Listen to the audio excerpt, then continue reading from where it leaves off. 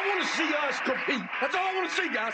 Don't worry about anything else except doing your job. Give me some The top 10 matchup, I'm expecting it to be lively, electric, dogs barking.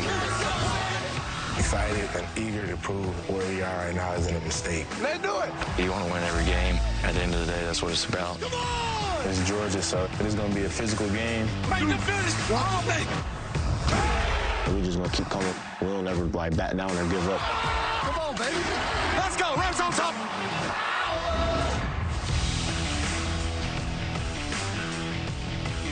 Welcome to Athens, Georgia. This town bathed in sunshine on the third Saturday in October. This is the SEC on ABC, presented by Burger King. Anticipated top 10 battle between the Hedges at Dooley Field and Sanford Stadium. The Dogs have suffered one loss here. The Rebels got them in Oxford last season, so payback might be a motive. Rebels want to show they belong right where they are in the top 5. They come in undefeated. Welcome to the All-State Kickoff. Chris Fowler, Kirk Herbstreit. Nice to be here in a beautiful afternoon here in Athens, and plenty of plot lines getting with the two head coaches, one representing offense, one representing defense, who are both staff mates on the Saban championship team. That's what's so exciting is how well they know each other. In fact, on the field, here they are getting together. You and I were down there with Holly. It's fun to talk to them. It's like it's hard because we know each other so well that you got to come up with some few different wrinkles. But it'll be fun to see how this one plays out today. So much at stake. Very different personalities, but good buddies, and yeah, I agree. It's very compelling for a lot of reasons, including the starting quarterback for Ole Miss, Trinidad Chambliss. He was a late bloomer. He got no Division I offers. He went to Ferris State, bided his time, then won a D2 national championship last season. He comes to Ole Miss to compete. He was the backup till Austin Simmons got hurt, and for the last 4 games, this guy, Kirk, has become a folk hero. Trinidad and Tobago flags all over the place. Trinidad Spotlight, or the All-State Spotlight, showing you that Trinidad has shown he belongs. Again, Michigan, nobody paid attention to him, and he patiently found his way to Oxford. Yeah, let's not sleep on what he did last year. I think the experience of winning a national championship at the D2 level created a lot of confidence in him that when he got his opportunity to step in for Austin Simmons, he really hasn't let go. What's going to be interesting today is this is his first test on the road in this atmosphere. There's always talk about Lane Kiffin's system. It's very effective at home. Can it travel into these tough SEC environments and consistently be able to communicate and make it happen? Today we'll see if this young quarterback can do it. And now the national anthem performed by the Redcoat Band.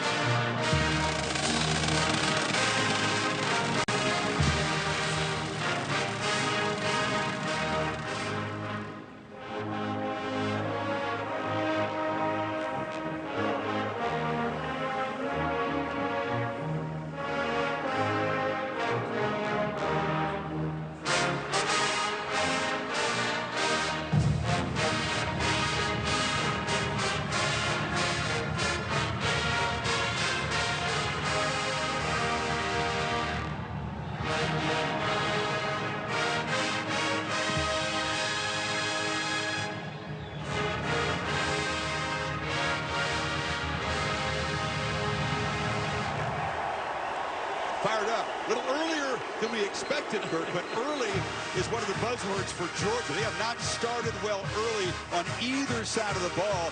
Can they change that today? Avoid falling in one of those holes. Gunnar Stockton, I guess the message to him, don't throw picks, but don't be risk averse. Kind of let it rip when you have a chance. And I think the more reps he gets, more experience he gets as a first-year starter, you're going to see that happen. In fact, I said, how do you get to a point where you know you got to start fast? You got to not worry about making mistakes. He said, you know, the one thing I learned about this is preparation. The better I prep and the better we as an offense prep, the better chance we have. I mean, Kirk, his toughness unquestioned, but he took a lot of hard shots from Auburn. They'd like to have him get down a little bit, protect him better. After all those hits, look at the throw. Yeah, and then the dive. That's the competitive nature that you love about this guy.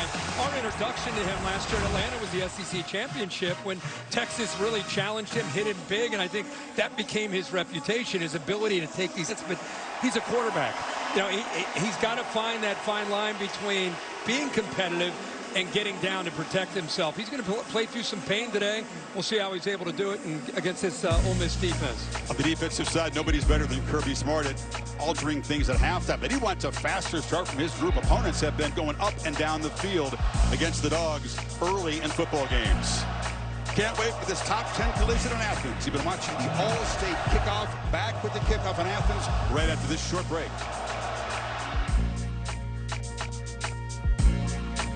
Deeper than this. Is there a super team at the top? It needs to be seen, but look how many high-quality teams there are. And look at the rankings. And you have 10 teams that are up there. If I sat here right now, here we are almost near the end of October, and said, who's going to be in Atlanta? You have no idea. No idea. Because it's, as you said, we usually have a Georgia or an Alabama, somebody up there. But right now, it's just wide open. So every single week, you got to get a win to kind of keep yourself in the mix. Vandy got one earlier today against LSU. And now we'll see what happens today with Ole Miss and Georgia. Yeah, long way to go, but you're right. Every week the puzzle pieces begin to fall into place. And if Ole Miss could come in here and pull the upset today, get to 4-0, they have the easiest remaining schedule. So a lot at stake for the Rebels. Yeah, it's a great point. And anytime you get on the road like this is really where you have a chance to send a message to the rest of the conference. If Ole Miss comes in here between the hedges and can beat Kirby and Georgia, not only you pick up a huge win, but I think it builds a lot of confidence for the rest of the year to deal with that schedule. Trinidad Chambliss, you mentioned first big test. It's his first FBS start, and it's in this place. And this is a much bigger crowd than the entire number of people he played in front of last year at Ferris State. 20,000 more than that total. Yeah, and you and I have come into this stadium and thought this can be a really competitive game, and by the end of the first quarter, the game is over. It has an effect like a lot of these SEC environments of just consuming you. It's important for him to be able to obviously have some success early. Nobody does a better job than Lane Kiffin of knowing how to make those easy throws, how to get your quarterback to settle in, and see how easily they can do that. It's going to be tough against this Georgia D. You're hyped up for the chess match, so we're going to show you the stuff that happens before the ball is snapped. Lane Kiffin trying to get the whistle, Kirby Smart trying to react to it, and all these people playing their part. Kirby says it better be the loudest crowd ever here.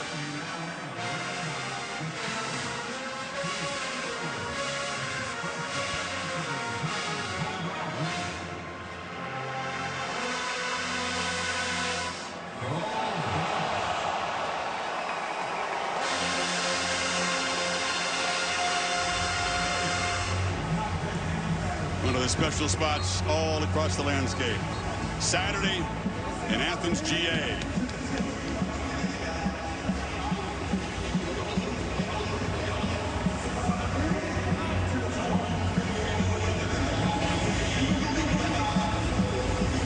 His body paint commitment.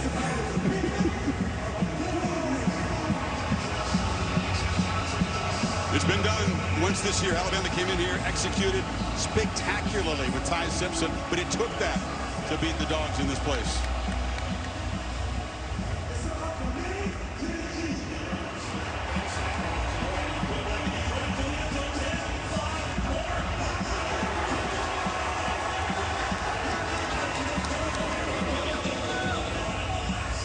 Only one previous trip away from home for the Rebels. That was in Kentucky. The Dogs getting ready to run out.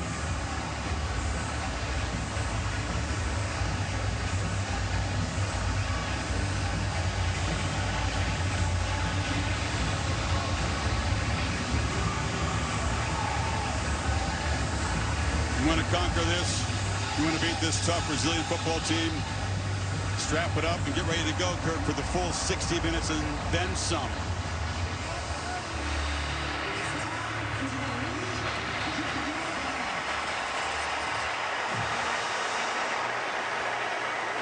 Right on time.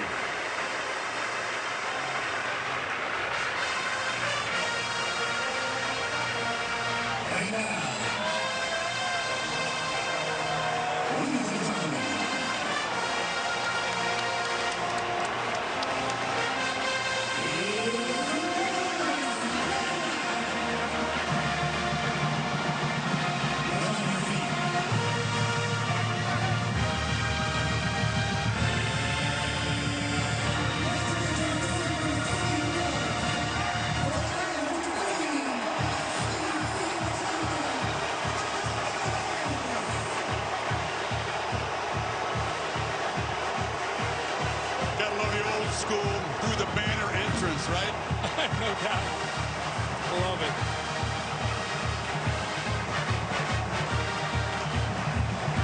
It's the first top 10 collision in this place since the last visit by Ole Miss a couple years ago when it was a rude reality check for Lane Kiffin. They lost by 5 touchdowns as a highly ranked team.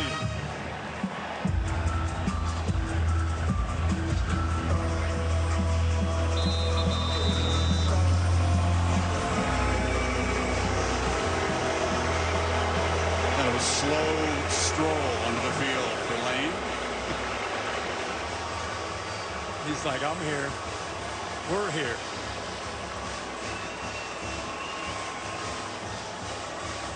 It all went wrong in that 2023 game here. Ole Miss was the top 10 team. Georgia was ranked number 4, and it was a Bulldog beatdown. Just a physical manhandling on both sides. Yeah, it's one of those games we came in, like you said, a top 10 matchup. You're thinking this one's going to go down to the wire, but it got out of control. Brock Bowers made some big plays.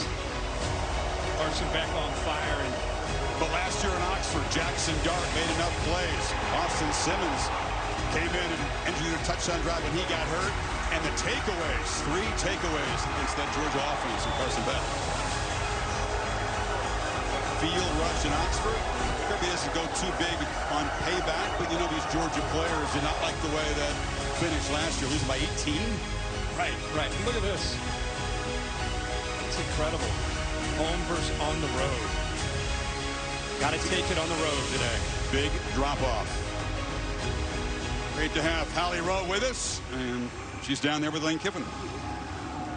Well, Coach Kiffin, Trinidad Chambliss has done a terrific job for you, but you've got a healthy Austin Simmons. What will you expect today at quarterback? Well, we're excited. Both guys are ready to play. Trinidad's going to go first, and we're going to have to remain calm in this environment and play really well, really smart football. You talk about the communication. It's so loud here. How will you communicate effectively with your QB? You like to make a lot of checks and stuff. Can't hear you. My point exactly. We're good. It's loud for them, too. All right. Thank you, Coach. You're going to have fun. Hey, guys, Austin Simmons is actually pretty healthy. Coach told us that he took the most reps that he has taken all week. I watched him in pregame warm-ups, and he is moving very well on that ankle. He's a lefty, so it's his plant foot, but he looked fantastic. Don't be shocked if you see him come in this game today. Yeah, very talented guy.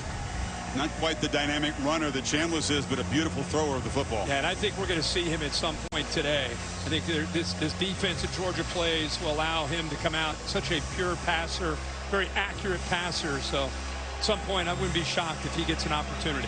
Kiffin's going to put his defense on the field first, 1 in deferred.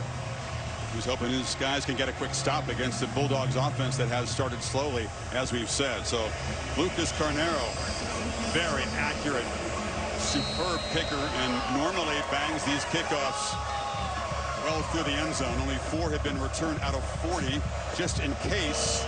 Zachariah Branch, the elite returner and receiver, standing at the goal line. Here we go. Rebels and Dogs from Athens.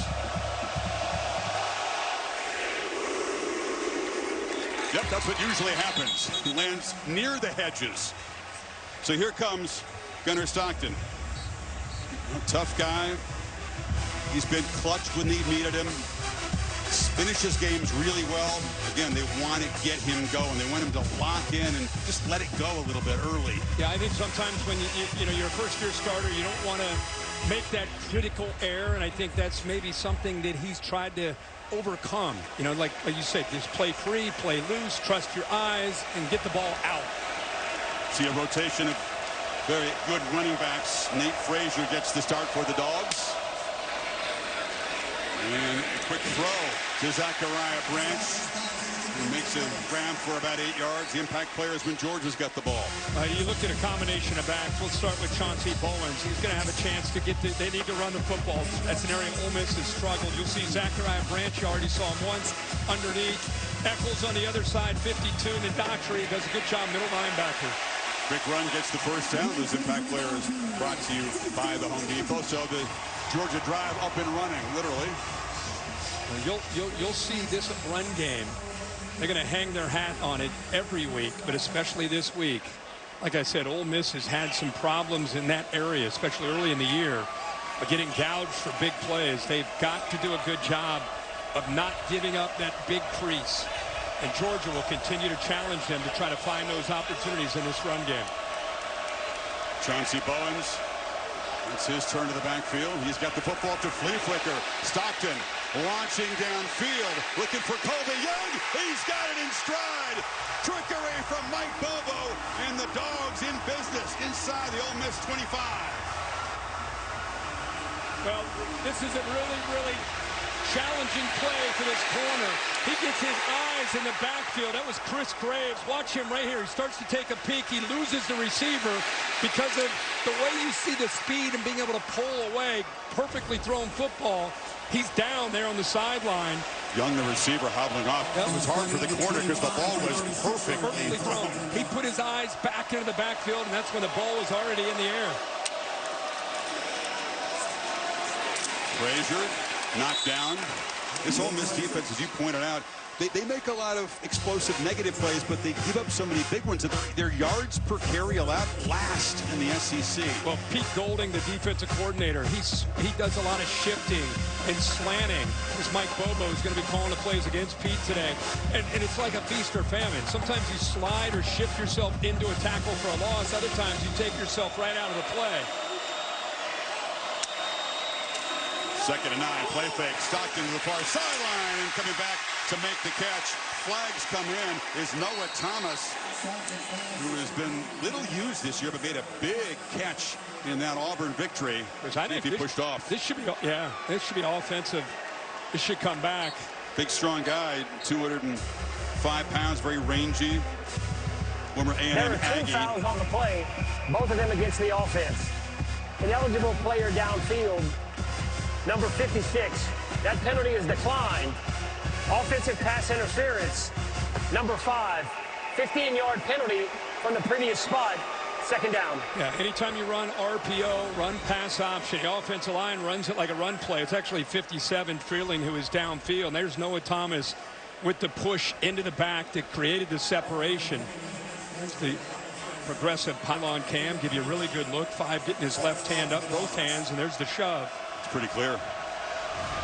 So the penalty they chose to accept nullifies a gain down inside the 10. Ball back near the 40. This is Branch. Can he escape? No. They had him penned in on that sideline and brought down by Cam Franklin, the very athletic and active defensive end. Great leverage on the outside. You know, I talked to Pete Golding on the field, and he said, man, they do so many quick throws to Zachariah Branch. We have got to take that game away. If we see certain formations, there's Colby Young who's going to go in, get looked at. Hopefully he'll be okay. If we get that look where it's going to be a quick throw, we've got to be able to hold leverage and get off of our blocks and make those Zachariah Branch quick throws short gains. Right now they're in long distance field goal range, but they'd like to get closer here on 3rd and 23. Cass Jones is the 3rd down specialist, and he takes a handoff and gets it back down inside the 35. TJ Daughtry on the stop, and the penalties undid that drive. Yeah, it sure did. And I think it's a good call there on 3rd down to at least try to get into field goal range, give yourself a better shot. Picked up about 5 yards there, so still a big kick here. Peyton Woodring 4 for 7, career from beyond 50 yards. This is from 51, and swirling wind down on the field preseason. It could be a factor on punts and kicks. Drives it. No problem for Woodring. 2 excellent field goal kickers today. And Georgia drives it 42 yards and settles for 3. Trinidad Chambliss making the game of his life here. We'll step right into the noise of Sanford Stadium for the Rebels' first possession when you come back.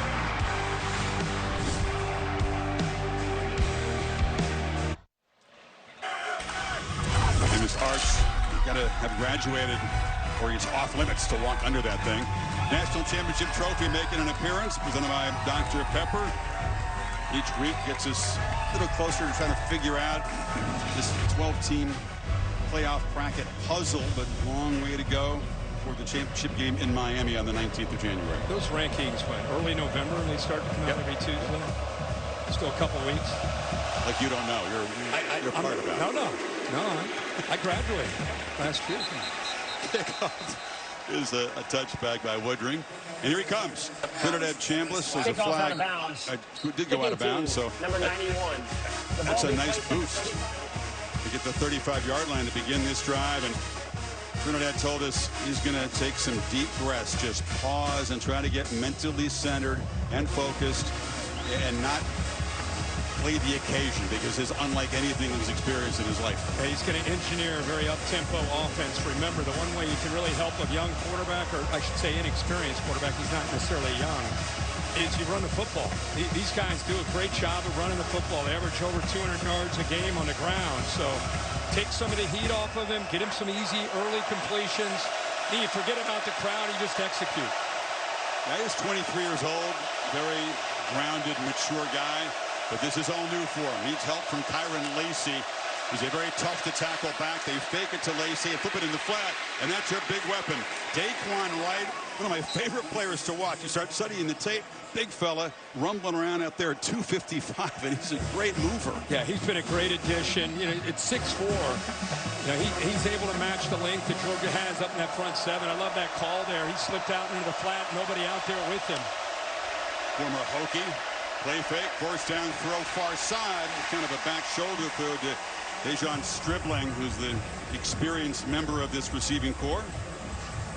We have Charlie Weiss Jr. along with Lane Kiffin putting this package together. Glenn Schumann along with Kirby Smart on the other side. Both Weiss and Kiffin will talk to the quarterbacks, Chambliss in this case, but you got to be brief. It all cuts off, of course, with 15 seconds to go, and they have a lot to say in that time. Looks over and tried to catch Georgia napping. He'll do that. Look quickly. And checks it down to Lacey. You and Nick Saban had a conversation about that. Didn't change his foot position on that time. No, he didn't at all. And I think Georgia did a nice job with coverage downfield. You know, one of the things you have to worry about, you mix up the different looks. Here they go. So this is the thing in the SEC. Teams going fast after second down. Makes it tough for Kirby to get these subs in on third down. Three receivers to the left. Dribbling set off to the right. Chambliss, slant, a dart. It's caught and right near the marker. Catch is made there by Caden Lee. He's been a steady three-year player. He's the guy that kind of coaches up these new arrivals from the portal in the receiver room. He knows this attack very well. Yeah, he sure does. And I really love the route there. He did a nice job of getting behind the receiver and did a nice job of using him almost as a screener to be able to get the separation for the first down. And when Lacey set out far to the left, he's looking to the right. Another very accurate throw. He's putting all the money, and that's Trey Wallace, former Penn State player, played 3 years with the Indy Lions. Yeah, you get Trey Wallace matched up against C.J. Allen. Allen's a great player, but he's also a middle linebacker out there in space. It's a good matchup, favorable matchup for Ole Miss. Lacey plows forward incredibly. Credited with 14 forced missed tackles against Washington. That's a huge number against the Cougars last week. Unbelievable. Among the leaders in the country. Yeah, one of the tops in the country. And for a big, rangy back, he does have some quickness and some physicality. Good combination of skill set. Good looking start to this drive for Ole Miss. Chambliss has time, backpedals a long throw, airmailed into the bench. Nobody open. Mom Sherrill has been to every single game since early in high school, football and basketball, home and away. A moment of prayer with her son before the game. That's special. That's another way to settle the quarterback down, knowing that mom's here with him. No doubt. 2nd and 10, wide open. Stribling was kind of ignored. A big cushion there, and that's going to be good enough for another first down. The Dogs 20 before Aguero stopped him. Yeah, there's that cushion that you alluded to, and it's what Chambliss looked at pre-snap. A lot of what Ole Miss does is pre-snap dictated. He's getting a feel which way he wants to go based on what you see. It's surprised Georgia gave him that cushion, enough yards for the first down. Moving the ball right down the field. It's a keeper. Chambliss shows quickness and powers ahead for about 8. You'll see him run tactically today. They do it quite frequently. Yeah, they go with motion there, and you have to respect the motion, but that +1 quarterback run game is a real challenge and factor today for Georgia's defense to have to account for. Take it to Lacey, launch to the end zone, and trying to come back is Trey Wallace. The coverage was good by Ellis Robinson, the 4th, who gets the start today. You know, when you defend this, like I said, with +1, nice job there with Ellis Robinson getting his head turned around, expecting that fade in case it's on the money. But you got to hold up on islands against these wide receivers to get the numbers right, to have to account for their run game, especially with the quarterback run game involved. Timeout on the field. Rebels on the move here, and an injured Bulldog on the field. Let's take a break.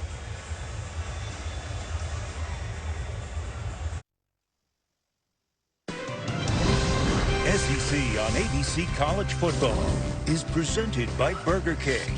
You rule. And in part by T-Mobile. If you didn't know T-Mobile has home internet, you do now.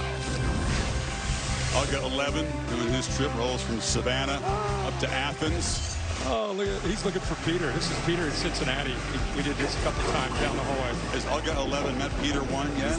Peter just turned 2. Just no, but I mean, oh, it's Peter. Yeah. Peter 1. Yeah. Here we go, 3rd and 3. Kristen Miller helped off anchor of that Georgia defensive front, not in the game here. Chambliss out quickly, caught. Lacey, 1st and goal. Getting the ball out quickly and accurately in this first possession. And these linebackers are aggressive. C.J. Allen and Raylan Wilson, they're blitzing a lot. Problem is, he's getting the ball out into the flat to tight ends and running backs. 6 completions, and he's hit 5 different receivers. Spreading it around. Kirby going crazy. Lacey able to run off the left side. I think Kirby was worried about the edge of the defense. He was pointing like crazy to the other side. He had Ellis Robinson in the corner on an island, but for about 5 or 10 seconds, he's jumping up and down. But the defense is able to hold that edge. You thought they were going to take a shot that direction? It could have been. That, or he wanted another guy to come down and help out to the right side of that defense's edge. Miller back in the game. It was nothing. Logan Diggs, big 220-pounder transfer from Notre Dame and LSU in the backfield. Got to hurry, Chambliss. Play clock at 4. Just gets it off. Fumble! That was messed up. It was a little too kind of sluggish, the operation, and didn't leave much time. And near disaster in the goal line. Ja'Cory Thomas came around. And even before the read here, he's reading that. Even before that, they created doubt by bringing an attacker down. Then he wants to pull it, and there's the safety Thomas. So Georgia had the back and the quarterback accounted for. Fumbles have been a problem for this offense. They can't afford them today. 3rd and goal. Diggs still in the backfield. He's never heard crowd noise like this against him. Chambliss is going to take off. Can he get to the pylon? He does, standing up, and Ole Miss right down the field. And this experience at Division II, but all new to this. Quarterback played well, and Chris Cole had a chance to grab him and couldn't. And Chris Cole came free in the blind side, and there's nobody able to pick him up. And this is what a mobile quarterback can do to any defense. It's your worst nightmare. He just stepped away from it, and then it was a foot race with he and Raylan Wilson to the corner, and he got it. So Chambliss begins the drive with these accurate short passes, 6 of 9, and finishes it with a touchdown run. His 4th of the year, 2nd leading rusher on this team, showing the skill set and showing the composure. Yeah, and Chris, a big thing with Georgia has been rushing the quarterback. You got to get after him. Here's the AT&T connected clicker. And here's Chris Cole with a chance to do that, right? He's coming off that edge. Nobody picks him up. How about Chambliss finding this and feeling this at the last moment, and then it's a foot race. That's a middle linebacker, Raylan Wilson, right here, who's spying the quarterback. But he gets outrun. Chambliss knew exactly where he wanted to go. Aggressively stepped up away from Cole. Then he knew it was him against number 5. Who's going to get to that corner? Uses his speed and the awareness to put Ole Miss up here early. Can they get near him? You know, he's a rare quarterback. Actually handles pressure really well. His quarterback rating is better when he's pressured than not pressured. That's absolutely unheard of. It's unheard of, but I think it allows his instincts to take over. And how about that drive? 14 plays, like you mentioned, 65 yards. With a young quarterback, inexperienced quarterback, he accounted for 60 of the 65 yards by himself. That's dealing with that crowd. We all wondered, how would he play in the road in this environment? We just found out the answer right there on the opening drive. Kind of a crazy trend, too, Kirk. In the SEC, it's 4 of 5 opponents now who have scored touchdowns on their opening possession, including Alabama and Tennessee, who will collide, of course, following us. Get a lean on that one down there in Tuscaloosa, where they've been very tough to beat. I think Bama's the team that seems to be trending up, playing at home. Ty Simpson playing great. I would lean Bama there. Sean, Greg, and Molly will have that for you in prime time here on ABC.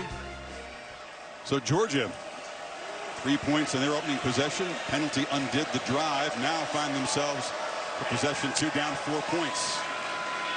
Stockton, plenty of time, now fires it short. Dylan Bell was there, but so was a defender. Holly? Well, guys, Colby Young, who's the second leading receiver for the Georgia Bulldogs, is out right now with an ankle injury. He is one of their top targets. In fact, Mike Bobo telling us he was trying to target him 10 times a game right now, along with Zachariah Branch. So I'll keep you posted if he's able to return, but that is a big blow for Georgia's offense right now. Yeah, Holly, sure, he's also a very important part of the run game, very physical blocker on the edge for Georgia. 2nd and 10.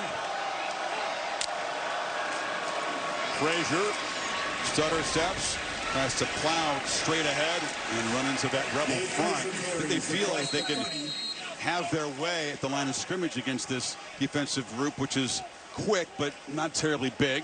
No, but they like we talked about, they're not big, but they make up for it with quickness and speed. Now Georgia going fast. Like I said, this is a trend all over the SEC, all over the college football. At the end of that 2nd down play, teams are going fast to prevent that nickel or dime package from getting on the field. Yeah, exactly. It's false tempo because they're not going to want to play quickly, but they stop the Rebels from getting that 3rd down package in, and let's see what they can do on 3rd and 4. Play clock winding down now. And Stockton looking to throw, now takes off, makes a man miss, and dives for a 1st down. Well, you know, defenses, sometimes you have busts. And I think right here and right here, they're not quite on the same page because Oscar Delp, look at this, gone. Nobody in the back end. Now, Gunnar Stockton, to his defense, he's running for his life. But if he would have had time, look at that, complete bust on the back end and a touchdown. You'd be more open than that. That's it. And you only get a couple of those a game. You know, defense has a meltdown and you miss it.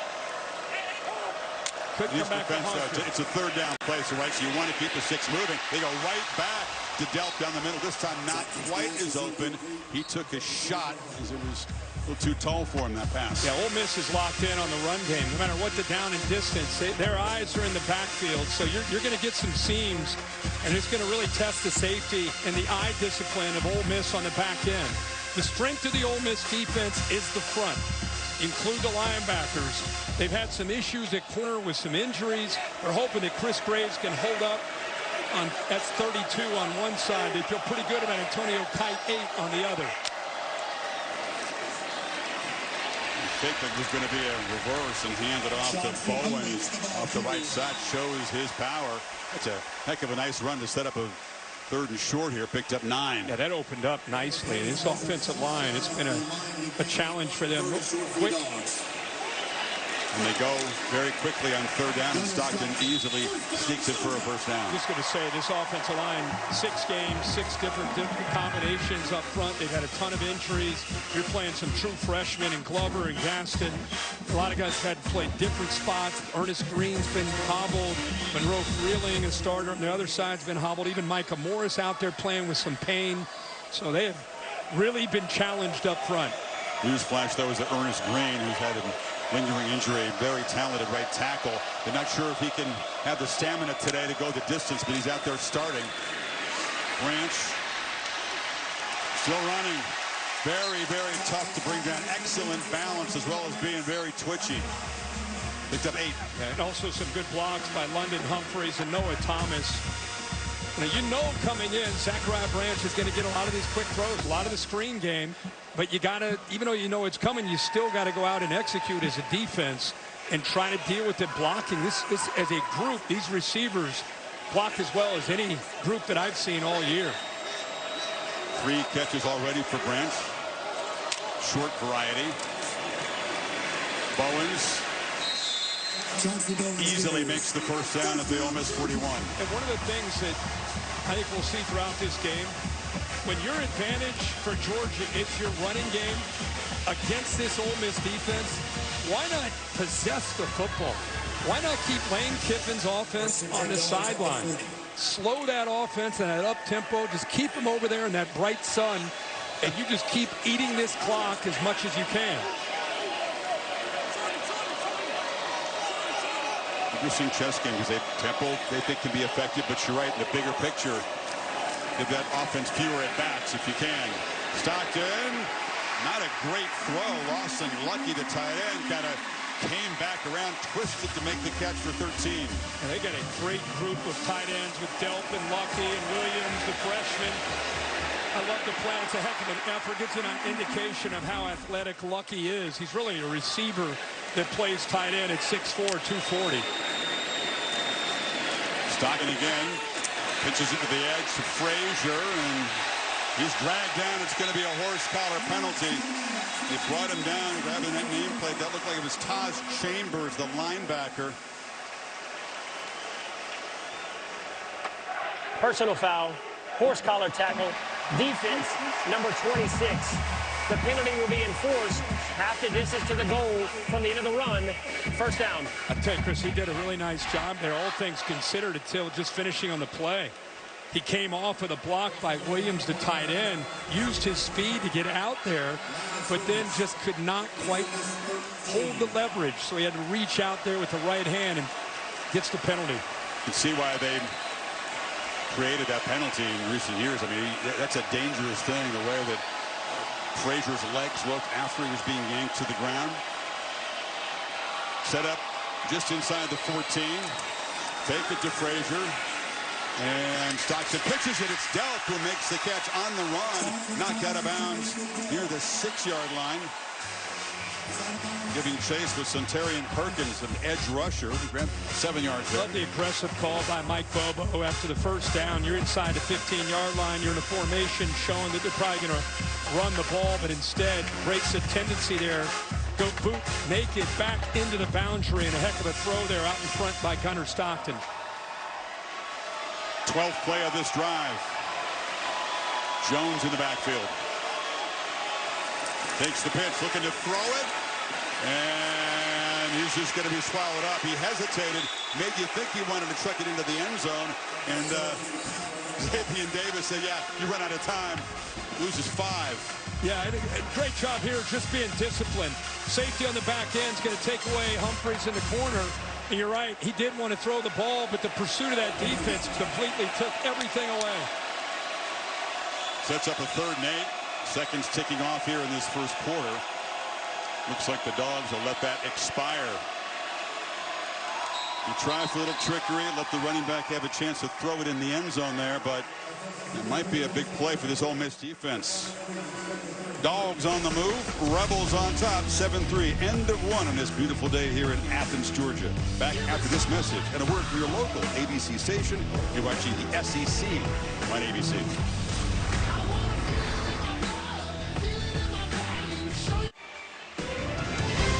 Sanford Stadium looking great at 96 years old. A few facelifts over the years, but it's awesome. SEC on ABC presented by Burger King, set for the 2nd quarter. Dogs on the move here. 13th play of this march. Just consumed almost 6 minutes coming up. But it's a 3rd and 8.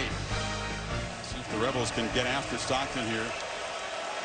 Effect the throw, if in fact that's what he does. 2-back look. And now Frazier motions out. Stockton took a look that way. Now launches to the end zone. Wide open is Lucky for the touchdown. Tight ends playing a big part in that drive, and they cap it off.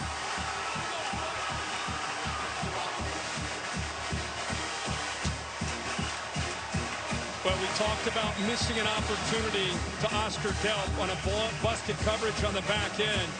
And we got another busted coverage here with Zachariah Branch going in motion. It put 3 receivers out to the left for Georgia, and a miscommunication after that motion with the safety and the defender, the corner in the flat. First touchdown of the season for the junior from Norcross, Georgia.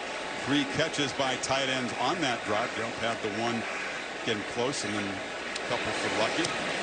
And Peyton Woodring drives it right through. So, collectively, 3 possessions, 3 scoring drives. Yeah, exactly. Like I said, you kick the motion with Branch 1 out. You see Sage Ryan right here. He's trying to communicate, make sure everybody's on the same page. You got 3 receivers out there. 2 defenders come up. Nobody stays on the back end with Lucky. Easy read, but it was all established because of the Bobo motion there to confuse the defense. Dogs fans have been saying, where are the tight ends? Can we use a tight end? There you go. Touchdown.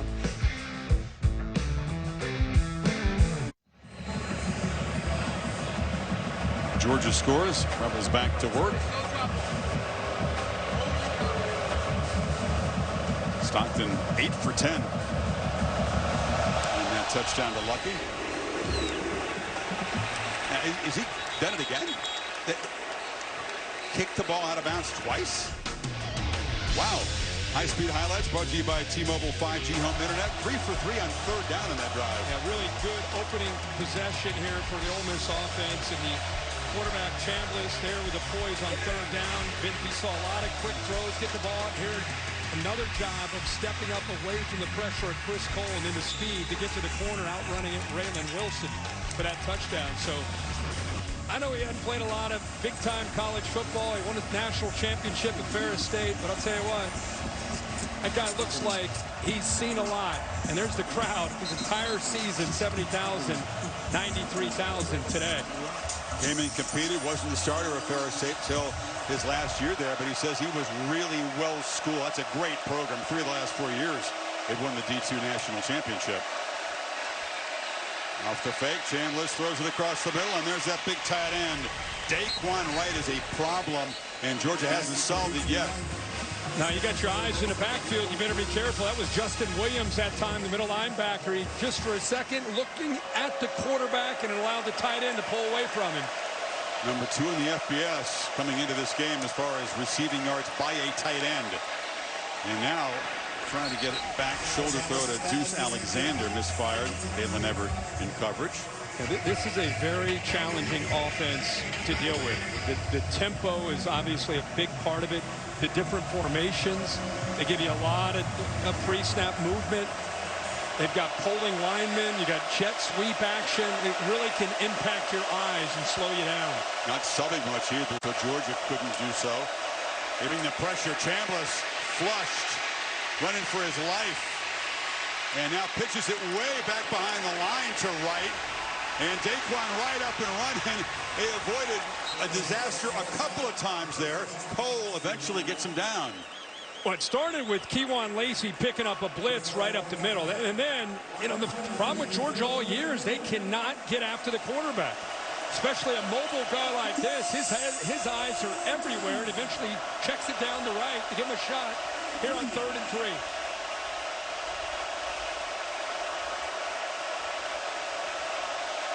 Lane's got that whistle going over there. Trying to gesture to Chambliss. It's a timeout. Yeah. The whistle, he says, is pretty loud. It can penetrate most crowds. It's a challenge today, but Kiffin spends one here on this 3rd down play coming up.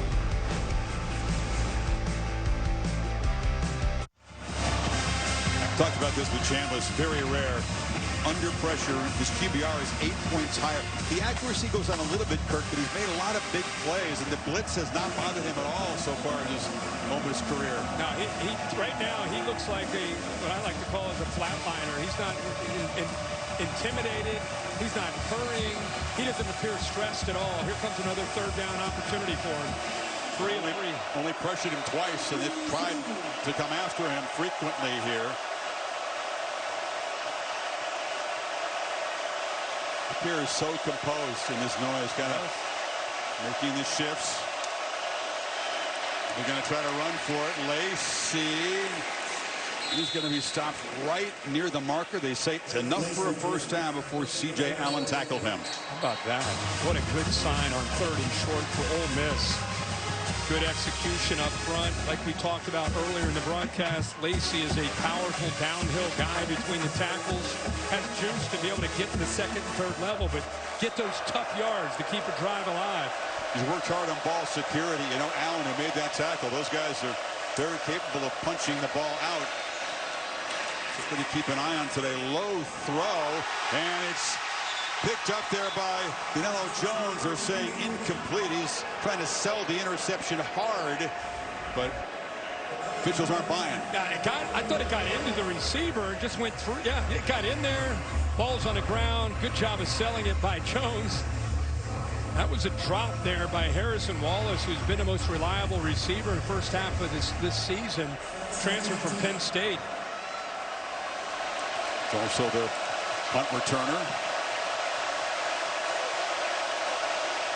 7 guys walked up. Remember, Georgia not rushing the quarterback like they typically do this year. That time they back everybody out except for 3. He squeezes it into Trey Wallace, and it's a 12-yard gain and another first down. Squeezes it in. Katavius Johnson almost with the interception. Got really close to at least getting a hand on the ball, but because Chambliss got it out so quickly, he was able to get it for that first down. Another good-looking drive from the Rebels. Option look, Lacey. And the Dogs string it out and drop him for a short loss. They were ready for that run game wrinkle. Gabe Harris off the edge made the play. Well, that was a couple things there. Trinidad Chambliss has got to attack the defensive end much better. He just kind of gave up on it, pitched it off of Gabe Harris. Gabe Harris ended up going down the line and making a play, and then a poor block on top of that by the receiver. Winston Watkins, the receiver, was in the backfield. They pitch it downfield to him, and he's wide open. A little wrinkle. They put the receiver in the backfield, and the Dogs totally lost track of him. Well, like we saw, Ole Miss have a miscue. Here's a miscue as well with 2 Georgia defenders coming up into the flat. Gave a huge opening up and over top of that. Chambliss sees it, puts the ball right on the money. Slot receiver, who as a freshman has an advanced grasp of this complicated offense, makes a nice play, sets him up first and goal. Lacey reaches and is going to be spotted short, they say. KJ Bolden holding on to him, apparently kept him out of the end zone. He just couldn't quite get the ball extended to the goal line. I think he came up a little bit short. See how the ball's behind him, and by the time he touched, he's down at about the 6-inch line.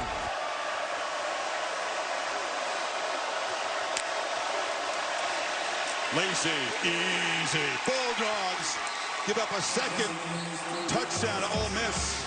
2 possessions, 2 scores. They go back on top. In the trenches, these short yardage opportunities they've had. Towns in the left guard, 51, and Sanders, the center, 62. Both right in the middle. Watch the blocks that they have. 51 will kind of kick out to his left. 62 comes into the inside. And they create a nice, easy crease there to get that short yard for the touchdown. This touchdown drive, 10 plays, 65 yards. 130 yards for the Rebels in their first 2 possessions here on the road. 14-play drive and a 10-play drive. I mean, they came to play football today. Ole Miss is ready to roll. And they've heard the rap. This offense isn't very good away from home. This guy's never had a start like this. Really? Duncan on the Dogs' defense.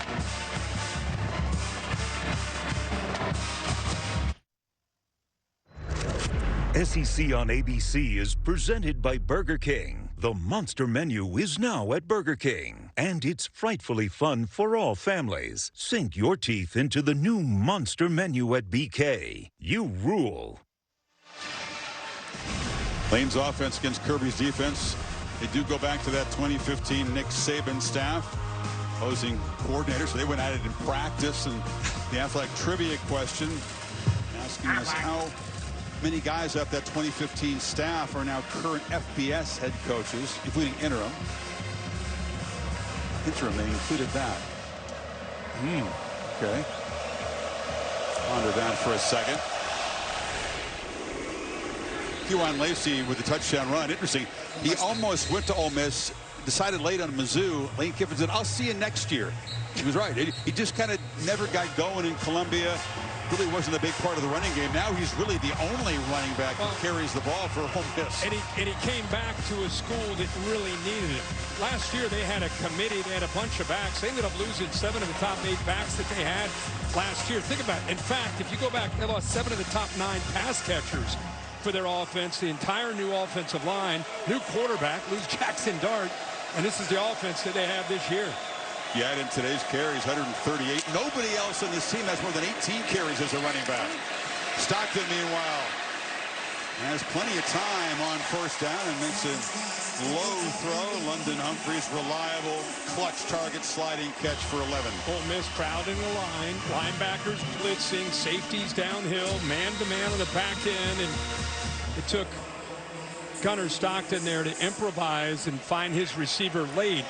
Ole Miss got to do a better job of keeping him in the pocket, not letting him get out and create. Frazier testing the right side. And they create a little space over there. Picks up about 3. You've seen both the true freshmen playing at right guard. Glover 63, Juan Gaston out there now 73. They moved Glover actually over to the left side for this drive in for Micah Morris. So even within the game, you're seeing some mix and match. But at this point, 2 true freshmen in at both guard spots. Dwight Phillips, the speedster in the backfield. Stockton is thinking downfield. Fires over the head of Noah Thomas and the DBs. TJ Banks was the closest one who were covering him. Well, got the ref there. Let's watch the safety behind him, 7. See how he turns his body? Stockton thought he had the post, but then by the time he came back to it, Banks had worked himself back to the middle of the field, so he read the body language where he turned, thought he had the big play, and it almost cost him. 3rd and 7. Dogs 3 for 4 so far. Didn't have a 3rd down conversion against Auburn until the 4th quarter. They're going to try to run for it and get it. Bowen just barrels into Ole Miss territory. Big chunk play to convert 3rd and 7. Got 17. Yeah, what a call here. And what a job by this offensive line. There's 73, the freshman. Bobo climbing up to that linebacker who was coming from the left all the way over to the right. They just didn't have anybody. They were thin on that side, and good job by Georgia recognizing that and getting the right call there on 3rd and long. Don't be thin on one side when Bowens is coming at you. He is a hard dude to bring down. He's got it again. This time they clog it up, and they're going to stop him for a loss there. Cam Franklin off the edge. Rebels claiming they took the football away, but the whistle had blown. Zachariah Branch, such a big factor in this game today, every game for Georgia.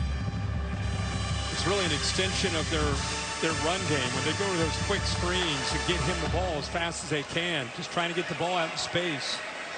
One of his great attributes is he's got great stamina. He can stay out there, doesn't need to be subbed out much, brings great energy all the time. Across the middle, catch is made. Dylan Bell, who's been waiting to make impact plays this season, beginning to now inside the 25. Here's what he's trying to really trying to figure out. Where's his safety? How much depth does he have? Can I get this in front of him? Good job by Bell working back to the football. Allowed him to be able to make that throw. That was into a tight window. But Bell's experience of coming back to the football gives him that completion. Stockton continues to be sharp, 10-13. Now Bellamy end around and use him in a variety of ways. Maybe not as a passer. Tried to throw a pass to Branch, and it would have been a touchdown. He was badly overthrown. This is more what his wheelhouse is, I think. Yeah, you're right. And I think with Colby Young down, Dylan Bell is a guy that you and I have been calling Georgia games for a few years now. And I feel like Bell is a guy that's been around for a long time, almost more of a running back skill set that play him out at receiver. Before that, calling South Carolina games where he was a very versatile player before he got here. You've seen Dylan Bell a long time.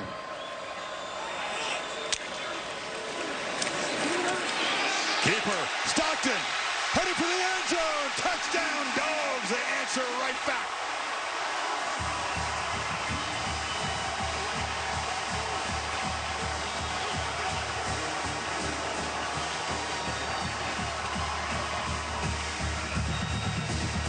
Here we go, back and forth, huh? And you see Lane Kiffin frustrated there with his defense. What a job, by the way, of Gunnar Stockton. First of all, just getting the snap was a lot. Longest run in Gunnar Stockton's career, 22. And the Dogs quickly march it 75 yards in 8 plays, less than 4 minutes, and reclaim the lead. 5 possessions between them, 5 scoring drives. Yeah, he's reading the off-ball linebacker, Jaden Yates, number 30.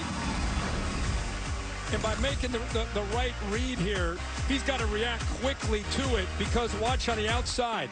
So he makes the right read with the backer following the back. Now he's got to avoid the outside defensive end. And then he's just so comfortable in the open space. Hey, punters, Red Thorson, Oscar Bird, y'all take the day off. Scoring points here in Athens.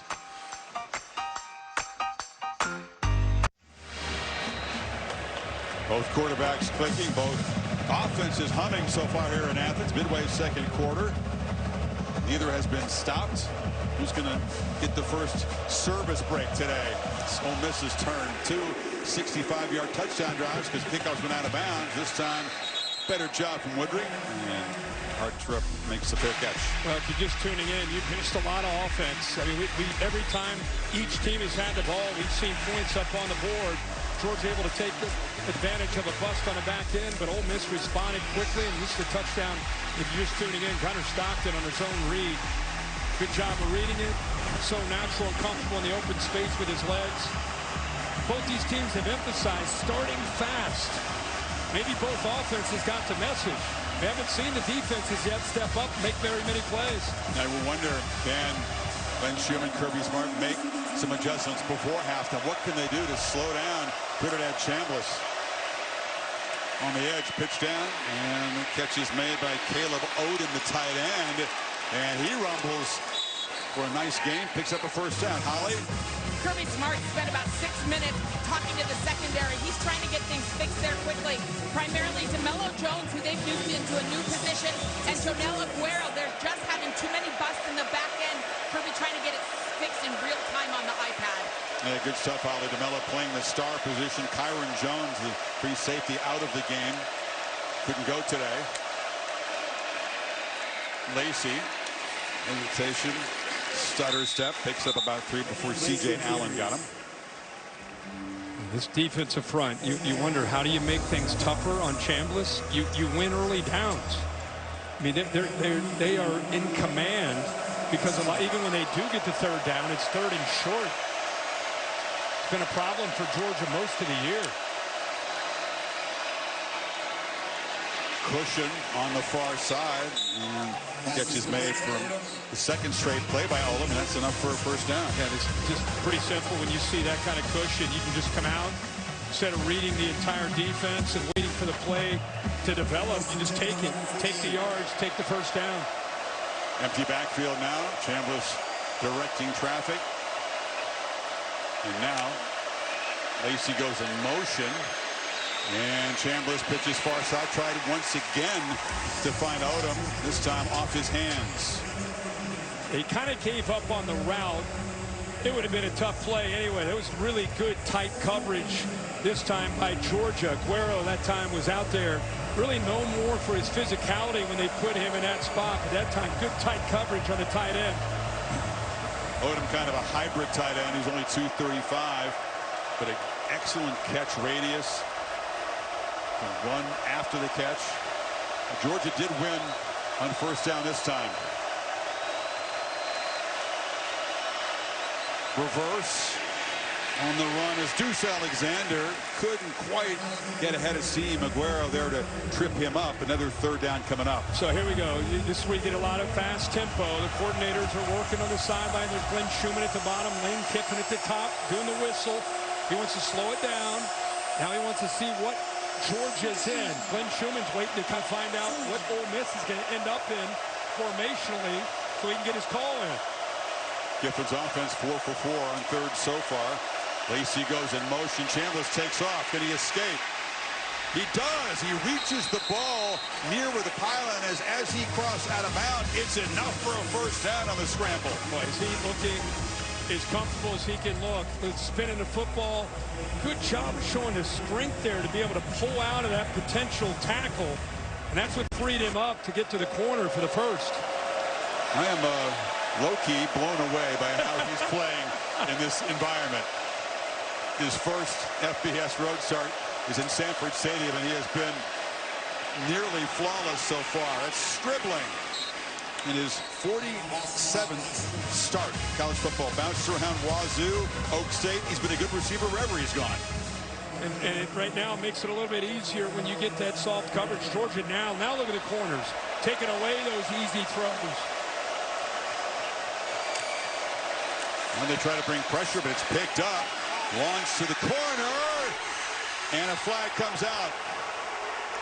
He doesn't know it yet, but Ellis Robinson may be penalized here as he tried to defend Alexander. Pass interference. Defense, number 1. 15-yard penalty on the previous spot. Had Georgia 3 times. We had him in Knoxville. We had him here against Alabama. And now today, he never gets his head turned. The biggest problem with Ellis Robinson is... They're booing, but... No. He's not doing a good job of being in phase. When you're in phase, it means you're stride for stride with the receiver. And it allows you, when the ball's in the air, to read his eyes and to be able to get your head turned and find the football.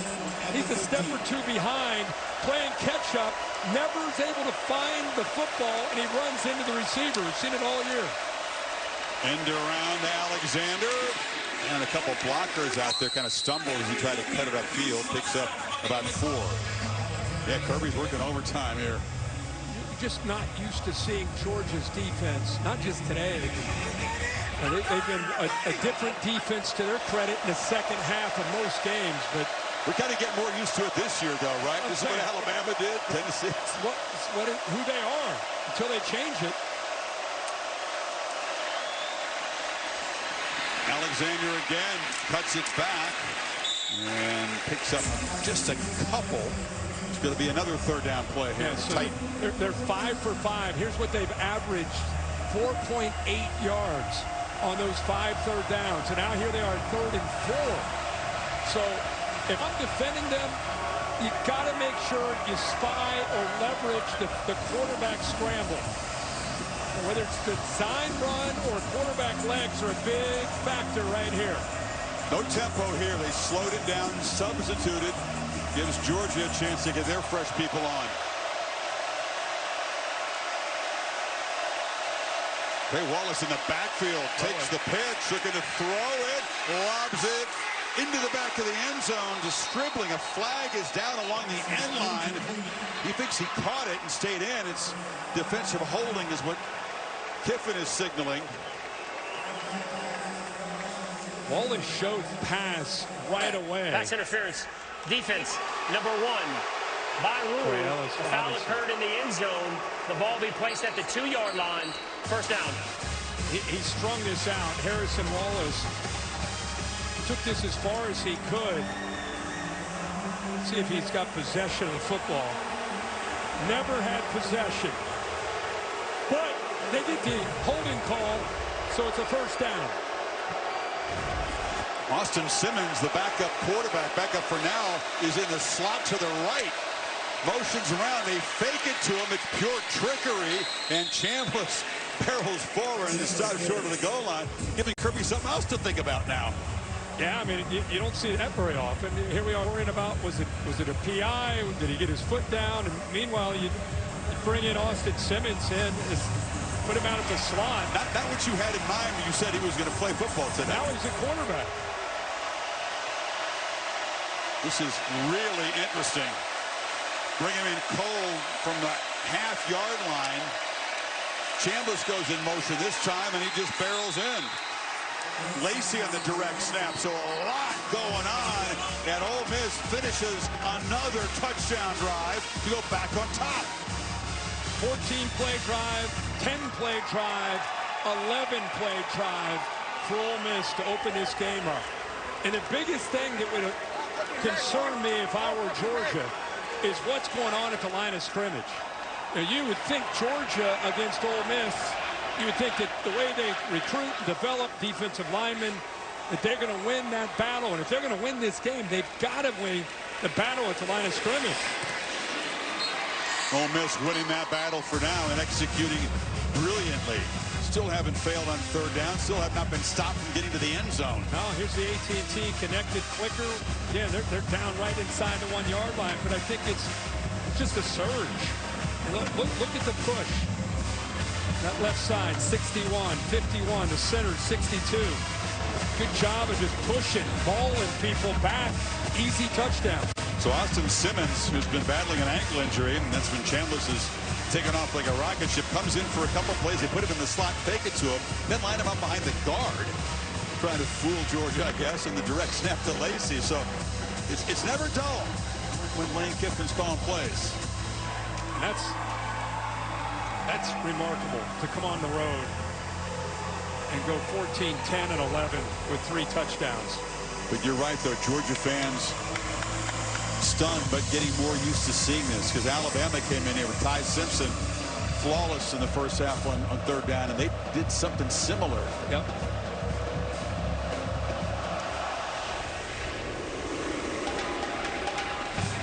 And the Dogs answer again. Let's check in with Kevin Nagandi. Fast and furious here between the hedges, Kevin. Catch your breath there, Chris. Capital One halftime report minutes away.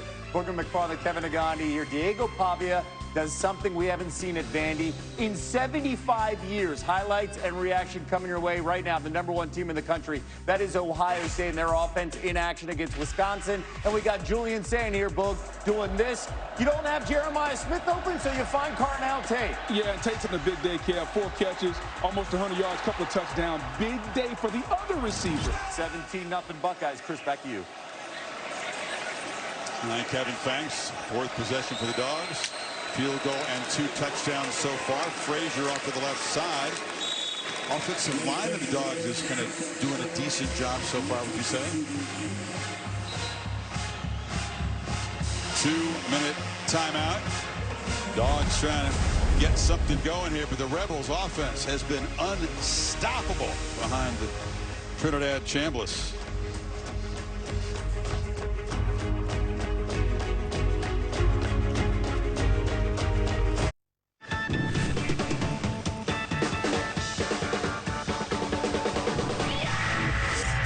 Who are you? You don't have to ask that. So many famous faces, so many legends on both sides of this rivalry. And an exciting addition here. 38 points scored. First 28 minutes of the ball game. Dogs take over, 2nd and 6, trying to once again answer. Neither defense has gotten a stop, and Stockton up the play fake. On the run is dealt, and ahead of steam. Ball perfectly placed. And he's got a nice gain of about 19. So often we see this play where you just kind of sneak out of the backfield. The blind side of the defense a lot of times just loses that backside tight end out in the flat. Remember, Georgia has been a resilient team all year long. Ole Miss gets the ball to start the second half. An important drive here for the Dogs, the way this game is going. Tight ends continue to play a big role. They're winning those matchups against the Ole Miss linebackers so far. There's Frazier. Solid gain of 7 off the left side. Williams stopped him. I thought we'd see a lot more of that. Run the football, control the line of scrimmage, eat the clock, time of possession, keep Chambliss and Ole Miss on the sideline. Now they're going to do that for obvious reasons here. Like we said, Ole Miss does get the ball to start the second half. So you're thinking points, but you don't want to go too quick. Pretty good run-pass balance for Georgia. You just let it be more run-heavy, right? Stockton on the pump fake and has to just throw it away. That time Delp was well covered.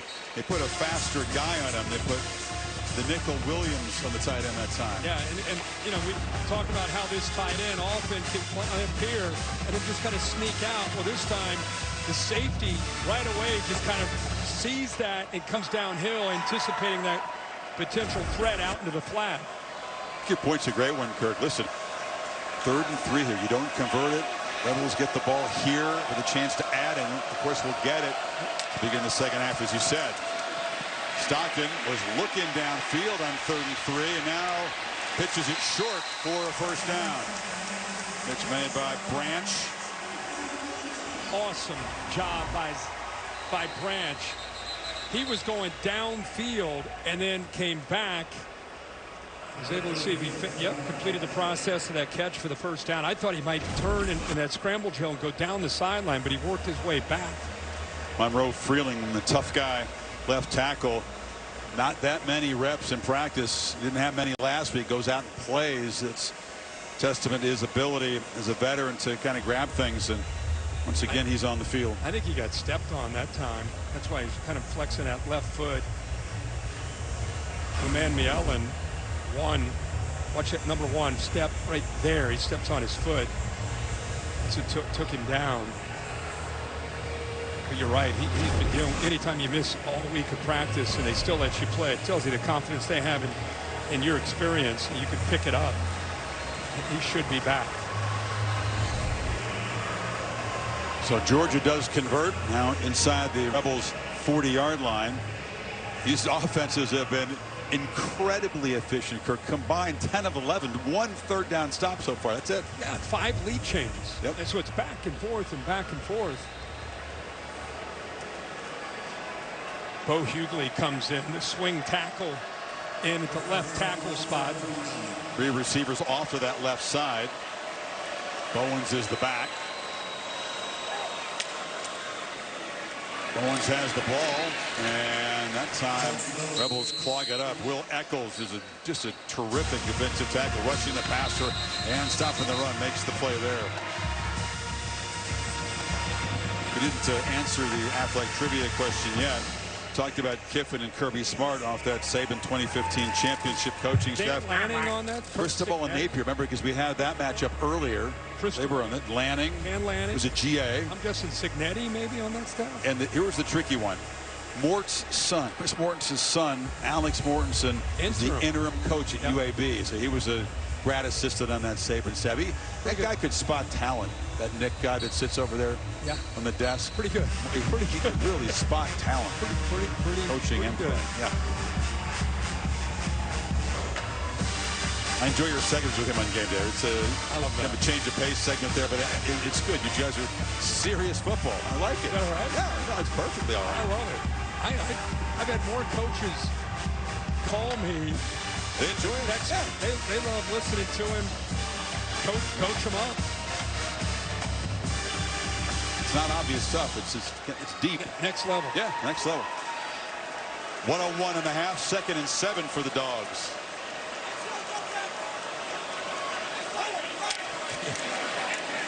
Frazier finds a crease, a little hesitation. They're waiting for it to open. He's going to be knocked down a few yards short of the marker. Clock running at 50 seconds. Still got the 2 timeouts. They're very confident that they're going to get into field goal range, but you might pick up the pace here a little bit now. This is not an offense that's made a lot of big plays vertically in their pass game. Watch the middle. Lucky, those tight ends continue to find space and make plays. He's inside the 25. And they're going to hit their 2nd timeout. I thought Kirby started to, but with that 1st down, clock stops. They're going to be able to get up there and get this ball snapped. Let's not get into the timeout. Did he signal it or not? No. And short pitch, and catch is made by Branch. Gets out of bounds. Still goes 2 timeouts and 24 seconds to work with. Branch is so quick at the line of scrimmage, so tough. You can, you give them the option to go in or out. It just freezes defenders. They're so respectful of that quickness. Usually play him off. Not much deception. He really doesn't work downfield. Not many medium range. They're all at or behind the line, but that twitchiness allows him to get separation. He's really great after the catch, obviously. Who's going to get downfield here? Noah Thomas is off to the quarterback's left. London Humphreys far right. Stockton trying to buy time. On the move, nobody open, and he just throws it away. He used up some time there, down to 17 seconds, and 3rd and 7 now. But the defense, you'll see this kind of a glance route here, and it's easy to say make this throw. That frees up here, but look at this defensive back working. You go down that right sideline, and you can put the ball up there too. So couple open receivers. We just said, can they get the ball thrown vertically? And he had a couple options there, the inside there to the tight end, and then Humphreys down the right side right sideline for a touchdown. Stockton normally much better after halftime, but he's been efficient in the first half. Time is now a factor here. And I was going to say, he takes off. They do have the 2 timeouts. He's short of it. They're going to have to spend it. If they're thinking end zone and not field goal attempts, they're down to 9 seconds here. Wow. And it's 4th down. Yep, 4th down. So he didn't, by not making the first down, that makes the decision. You see that? You said that's awesome. That's a win. He's not thinking just about this drive. He's thinking about the entire game. He just got to stop, kept him out of the end zone. Maybe it's 21-20. They get the ball to start the second half. That's why you get the reaction. You read his lips. He said, awesome. On the other side, if you're Georgia, that's a win. It's strike up the band. They didn't score a touchdown. It's a field goal attempt. Right. Watch him. Awesome. That's awesome. So here comes Woodring. Strike up the band. Hey, we kept him out of the end zone. I mean, there were no stops by the defense in the first half. Georgia settling for what they hope will be their second field goal of the half. Bombed it from 51 earlier. This is just from 35 yards. Timeout Ole Miss. Any field goal attempt or kick attempt by an opponent, you got to keep an eye on big number 51 for the Rebels. Great defensive lineman, Xavier Harris, but he's a kick blocker extraordinaire. I mean, he's not 6'7". He's every bit as 6'8", and he gets the arms up, and he's long, and he's blocked 1 this year, but he's blocked 6 in his career. That was early on. It was against Georgia State, but the dude is a problem blocking kicks. For a big guy, he does a nice job of being able to penetrate to give him a chance of getting that hand up to knock it away. It's not just he's standing there at 6'8". He's working upfield there. By the way, it's second in SEC history. One more, and he would share of the conference record for most career blocks. Set him up. Let's see what the big fella can do here. Woodring is known for getting the kicks up pretty quickly. Doesn't typically have problems getting blocked. And that one is up and good. So as time expires in a really entertaining and offensive dominated first half, Kirby Smart, you can see him take the headset off. They got some problems to solve at this halftime because Trinidad Chambliss up and down the field. Stockton's been matching it. Rebels will get the ball after halftime, but 21-20 in this top 10 showdown between the hedges in the SEC. Let's go to Holly. Well, Coach, where do you start to solve some of your defensive challenges right now? Number one, you got to tackle better. So we've had about 3 plays that we got it behind the sticks, that if we tackle them, it's going to bring up 3rd long and give us a chance to get out the field. The other thing is the PIs. We're donating 15 yards every time we get a pass interference, but they've done a good job. Both offenses have. Your quarterback continues to extend drives and be so tough in there for you and keep their offense off the field. What do you see from Gunner? He's done a great job managing the game, making some throws. The play he made on his feet to break 2 tackles, incredible play. They were in the perfect call for that. They brought somebody for the dive and the quarterback, and he made a miss. Thanks, Coach. Thanks. Stockton 14 of 19, 22-yard touchdown run. Chambliss super efficient running and a touchdown run himself. 21-20, the Capital One halftime report is coming up right now. Back to Kevin Negandhi. Someone was doing a story and they're like, Lane Kiffin would be the most intriguing person to actually know the real stories of all the stops and all the interactions, what really happened. And I was like, that's probably true. Yeah, that's why we called you, wanted to do this. 2 thumbs up. Highly recommend that. You'll learn something about Kiffin you didn't know. Welcome back to the SEC on ABC, presented by Burger King.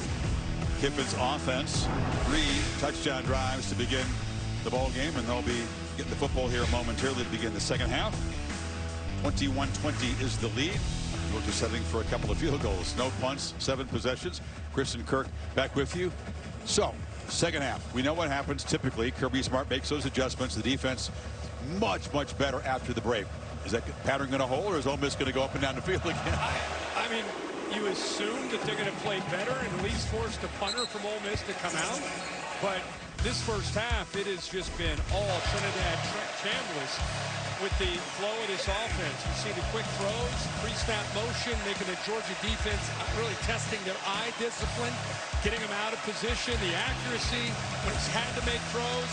And of course, this is the most difficult thing to defend, the ability to improvise and create, whether he takes off and runs or buys time to make throws. I'm fired up to see, because there is a pattern. Georgia's starting slow, and second half, like last week again against Auburn, it's a different team. Can they make those adjustments again? Yeah, 40 yards is all the Tigers got after halftime. I understand this Ole Miss offense is better than that, but there's a strong history and pattern.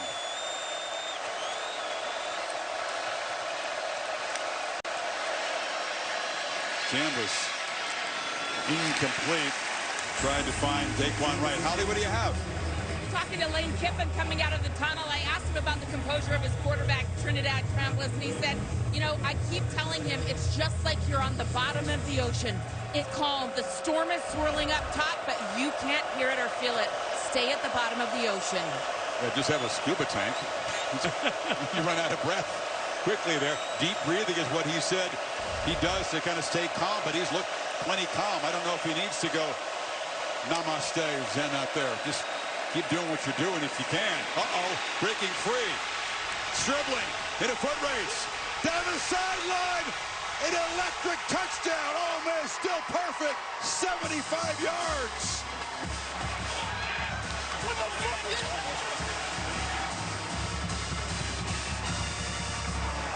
They've been methodical the first three drives, Kirk. This time, boom, 2 plays. And Lane Kiffin, who's fired up, he saw something from the sideline. He's known for his ability to communicate. I just happened to be watching him during the play live. He was jumping up and down, trying to get the attention of Trinidad Chambliss, and then finally he got it. He had his hand up on top of his head, then he starts to jump up and down, making the check. Chambliss saw him. He's done that his whole career as a play caller, hasn't he? And I think what he felt was pretty obvious. With 7 guys walked up, here he is right here trying to get Chambliss's attention. He wants what he wants. He sees man coverage right here, soft corner, makes the check, get the tight end down. You look at all those red jerseys, they're up close, ready to blitz. Get the ball out fast. Now make one guy miss. Make a miss, and now it's a foot race. And there's Lane right there. Oh, you got to show Lane. He's involved in a foot race. There he is. Come on, Lane. Let's go. Get it up there. The guy with the football's had some pretty good speed, too, for Ole Miss, but nobody faster than Stribling. Well-traveled guy, 1,000-yard receiver at Wazoo and Oklahoma State, and he just pivoted and was gone. And you know what I think he loves about this team that feels different? In the past, he's always, throughout his career at Alabama, going all the way back to SC, he's had 1 or 2 guys that they always got the ball to. Stribling makes a great play, but you got Wallace, you got Lee, you got Alexander, you got Watkins, you got Wright. It's a totally different offense because they're not forcing the ball to a couple guys. They're just full field read, make the ball go to the right guy at the right time. Is so balanced. Off to the left here. There he is, jumping up and down. He saw exactly what he wanted, and the main thing is he sees this. Man coverage, big cushion. He has confidence that the blitz is coming. Get it out. Now let's just make one guy miss. Yeah, Dalen Everett's going to have a tough day at the Fillmore. That way he was kind of stuck in quicksand. Cover 0. Nobody in the back to help out. A good call there. Works out. Good way to start the second half. 4 for 4. All the Rebels touchdowns. Bowens. Georgia, though, on their end, has been able to answer. Biggest deficit now of 8. Picked up 12 yards there. Yeah, Pete Goulding, the other side of the ball, Ole Miss's defense, he's trying to come up with his own answers. It's not like Georgia didn't have a good first half themselves offensively. Really, it's going to come down. There's Pete right there. It's really going to come down to which defense can come up, not just with a stop. Can somebody come up with a turnover? Something's got to give on one of these defenses, I think, at some point. Are you sure? Bowens, another chunk of yards there.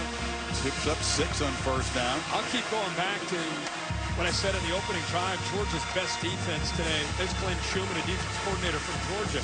Their best defense today is going to be their own offense. Trying to possess the ball. Possess the ball, but you better get points the way things are going. Bowens makes a nice move there quickly, kind of reverse field. Ducked up inside Perkins. Yates got him down, but he moved to 6 again. Keep in mind, Colby Young went down. It's not returned. That's their one really good vertical threat downfield. You still have London Humphreys, 16 out there, but because you don't have that vertical threat with a 6'4" Colby Young, it's a little bit more, even more dink and dunk, and have to drive the ball for Georgia.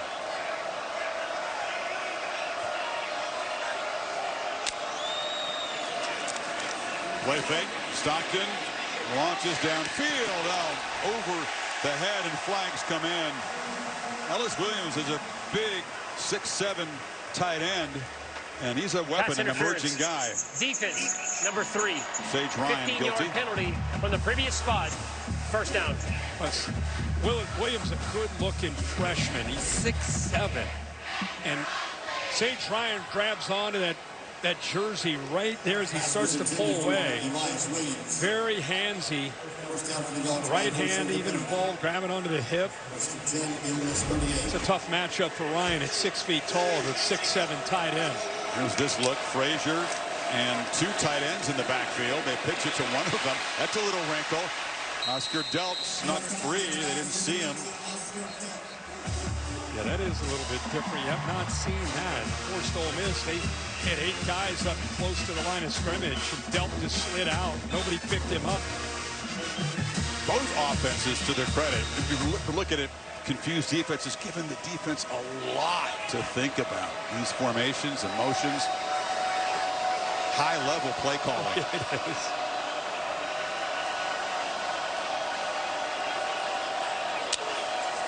Rebels bring pressure. Frazier broke 1 tackle. And another, that's a win on first down. He picks up 5 more. Micah Morris picked up a blitz like we've seen all day. Ole Miss, when you get down in about the inside the 30, you're going to start seeing those 2 inside linebackers blitz. That time they fired. Micah Morris did a really good job just coming out of his stance, being able to deal with T.J. Daugherty there. Now it's a 3-man rush, and Stockton has time and zips it in there to Kobe White. Humphreys came back, get it, went a little curl. He does really well. Picked up 9. Ball out on time. Really good route. Nice job of coming back and using his hands to make that catch by Humphreys, who, of course, transferred last year over from Vanderbilt. Big answer for Georgia if they can finish this drive.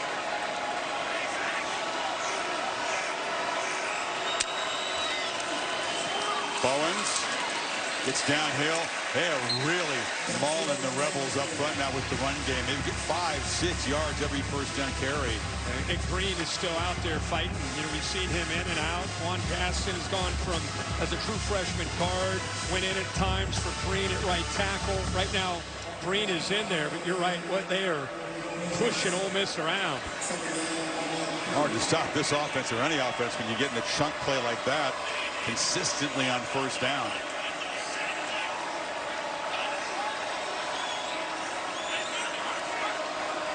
Stockton resetting the protection. Turns and hands it to Bowen to the left. Makes a cut. And they're grabbing at the football. They can't get it. First and goal. Perkins dropped him for another 5-yard gain. What a luxury to have Bowens and Frazier. Actually, they have 5 backs that they use. And a big fella, I was just about to mention him, Josh McCray, who's their short yardage back, is now into the game with the ball at about the 3-yard line. Team from Illinois, learning more and more of the offense. One thing he does naturally is run downhill and power into the end zone. The game winner against Tennessee. Touchdown, they zip it across the middle. Lawson Lucky, his second today. Tight ends have waited to make a big impact. And Lucky has done, as well as Delp. 2 points away from tying the game. Offense out there, of course. He motions down, and you have Delp here, you have Lucky here. And again, you got a defense with their eyes in the backfield, really worried more about what was going on with McCray checked in. I think they were just thinking with that motion, that's going to be a toss sweep. The entire defense flowed Almost expecting that toss sweep and opened it up pretty easy for Lucky in the back of the end zone. Mind you, they are going for Dos, brought to you by Dos Equis. This to tie the game. Got one at Tennessee early, the only one they've tried this season. That's Jones in motion. Stockton backs the ball, spins free, scanning the end zone, and he'll be dropped by Sunterian Perkins. So the sack stops the two-point try and preserves the lead. You know, Cash Jones left. He came out of the backfield in motion. Nobody went with it all by himself. If he would have just flipped it out there, it's a two-point conversion. Here's the touchdown. Good job getting the ball out, finding the receiver. Austin Lucky for the touchdown. I saw the same thing, and I wondered why he didn't look over to his right. Nothing but grass in front. Jones and Perkins with Giffen well out on the field. Makes the play. Ole Miss ball. You come back.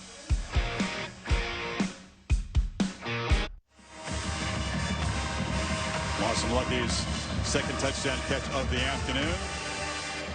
And the failed two-point try keeps it 28-26 Ole Miss. Georgia still looking for the first stop.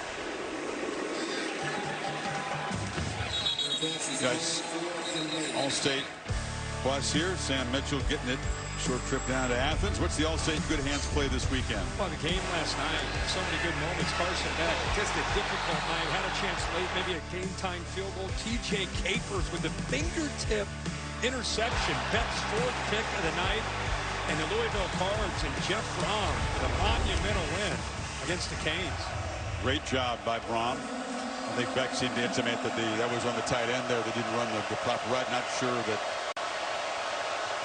many quarterbacks would say that after a game, but they'll bounce back. Pitch on the edge. Trey Wallace, another catch, another efficient start to a drive. It was about 575 yards of total offense, combined yards, 54 points, 36 first downs. We still have 10 minutes to go in the third quarter, 9:45 to go in the third quarter. There's some firsts for Kirby Smart coach defense that are not good. First time he went a whole half and didn't get a single stop at Georgia or as defensive coordinator under Nick Saban.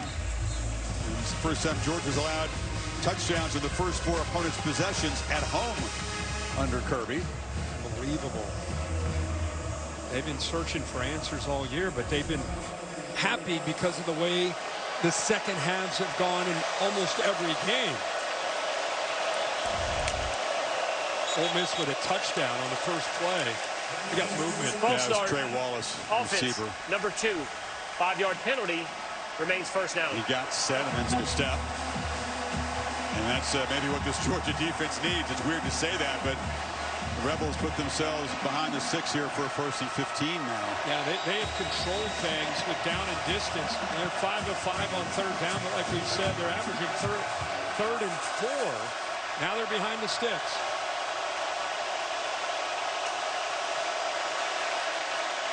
Wallace spins it, and not looking back quickly was Deuce Alexander. Barely spun his head to even see the football was thrown in his direction. Yeah, Lane went over to the official right away.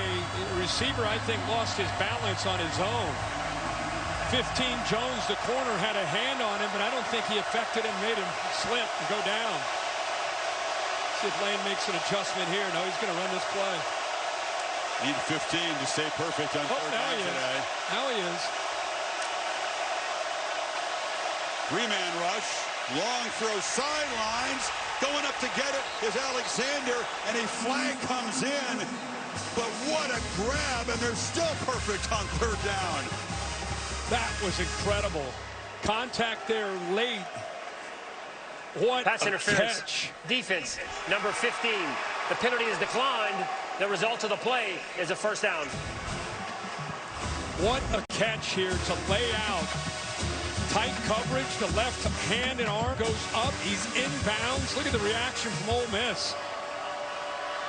Jeez, that's big time. Into the portal, like so many teams have done, and really beefed up this receiving corps. As you said, they lost just about everybody. Alexander comes from Wake. His 21st catch of the season. Now comes around And that's Watkins in motion, and the freshman turns the corner. And they're back to being ahead of the count on second down. Now. If they score on this drive and they maybe end up going on to win this game, let's not forget that catch. Unbelievable conversion on third down. And Deuce Alexander deserves all the credit. Good ball, but a better catch by Alexander.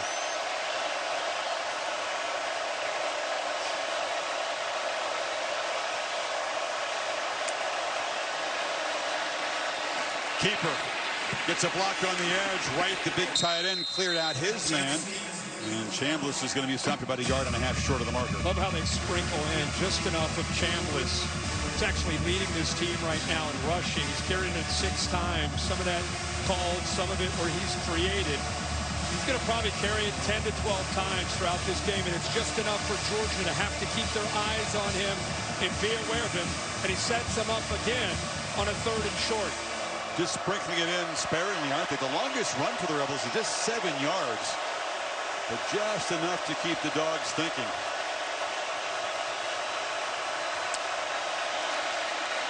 Lacey, now heavy traffic on 3rd and 2. He didn't get there. Stopped a yard short right at the 30. 4th down for Kiffin. Doesn't go for it nearly as often this year as he has in the past. 5 of 6 they've converted though. It's a big deal. They got to stop on 3rd down to set up this 4th and short. Ole Miss is already ready to go, but you got to wait with the substitution. Give Georgia a chance to get set, and they're ready to go.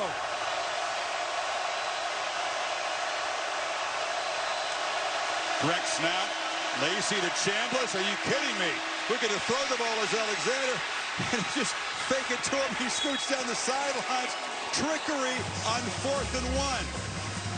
Well, 5 and 6 look kind of similar, but the running back takes the direct snap. Now the quarterback has it, and he can throw it. Everybody's covered, and the reason everybody's covered means he has a lot of room to take off and run. The little fake pitch, he kind of drew their eyes, right? Yep, reverse coming back the other way. Couple receivers flooding the zone. Nobody left out in the flat. And we know what he can do with his legs. Their first explosive run play. They got 16 yards. Set up in the red zone. QB run again. Beginning to use it more now in this possession. Picked up just a couple. Georgia, just strange to see them as a defense.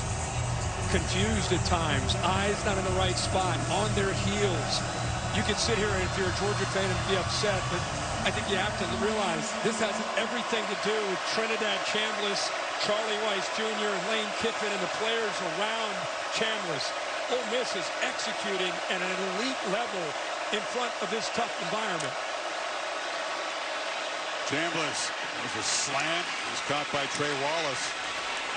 David Pollack, our buddy, paid a visit to the bus. He said typically what Smart does after halftime is get real simple. You go to the calls that are like day 1 camp installs. Much less complex after halftime.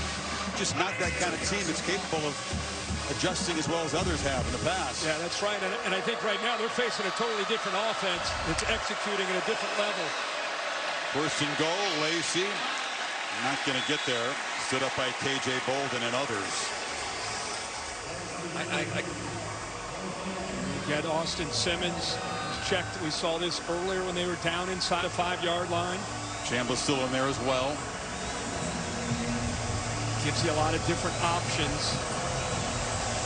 2 quarterbacks on the field. There's Simmons to the right. He'll be in the right slot of Chambliss. Georgia brought some big bodies on in the defensive line, but let's see if this one heads to the perimeter. Nope, they're going to try to run right into it. And Chambliss, touchdown, he got in. Trinidad Chambliss continues a superb performance in his first FBS road start. Well, he does a heck of a job at navigating. He's so natural as a ball carrier. Almost running back skill set. And then the leg drive there. Oh, the knee touches. They'll probably take a peek at this to make sure the ball broke the plane when that knee went down. Looks good to me. Bill, what do you think? I've got a touchdown. He stretched that out. Then the knee hit. Here's a look right down the line, Bill. Stretching. Don't see the ball crossing the plane yet. The knee is down there. Thomas's body is kind of in the way of it. It looks like it already broke. They are rushing it to take a look at it, but. That's a better look. Back it up a little, guys. In the progressive pylon cam, you can just see the ball is in his right arm, reaching across, and they get it there before the knees hit right there. I think it is. The knees up. That's a great look there. You can always count on the progressive pylon cam to show you exactly what's going on there. Although sometimes, even with the on-the-line shot, it can be tricky. Yeah. Last week, I think in the Auburn-Georgia game, got blocked. More than tricky. Boy, Chambliss looks as if he's out for a Sunday stroll as far as the command of the operation. We wondered not just about Chambliss and the inexperience of playing in an SEC atmosphere, just Lane Kiffin's offense. We'd said, oh, at home versus away. And this, forget the points, it's just the way they're going about it with the execution. After video has review, been fascinating. The call of a touchdown is upheld. So 5 drives, 5 touchdowns. Lacey and Chambliss each have 2 rushing touchdowns. I agree. He's not even sweating. Look at this guy. This guy's played 2.5 quarters against Georgia on the road. I think it just goes to show you never underestimate game experience. Even at Ferris State, who's a great program, running all the way to the championship level, just that experience allows him to play with his mind being calm now that he's here in the SEC playing against the Georgia defense. Ferris State, school up in Michigan. They beat a school from Georgia to win that D2 national championship. Austin State. Looks like he should have been given a chance at D1 a long time ago, I think. There's the catch you talked about. There's the catch by Deuce Alexander on a 3rd down to keep that drive alive. And a big fella taking it home. Everybody slamming it for Ole Miss.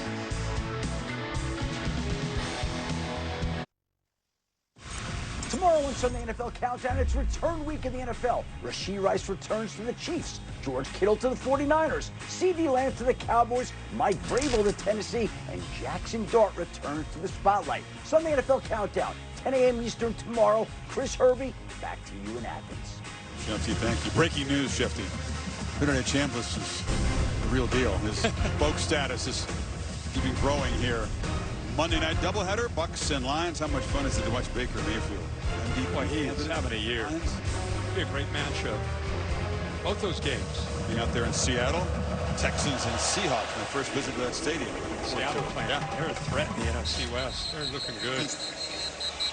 So Georgia now is down 9 between the hedges, trying to avoid a second home loss this season. That does not happen in these parts.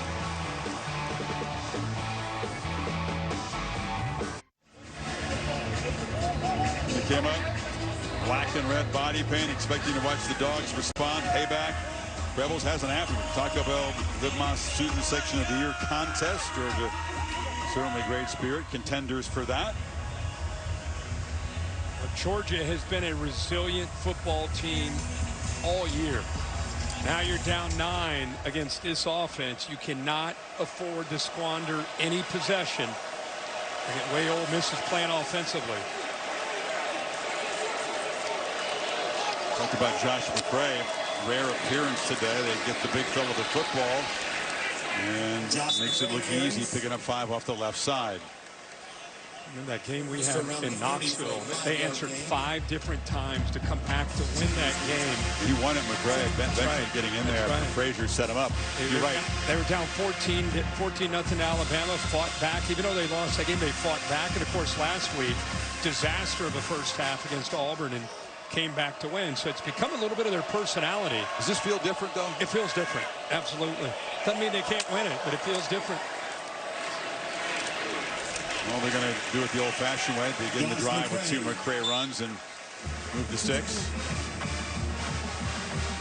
Just an embarrassment of riches this year in that backfield. 5 different guys all bring something a little bit different to the backfield, allows them to stay fresh. Bowens and Frazier most often in that backfield. We see Frazier check back into the game.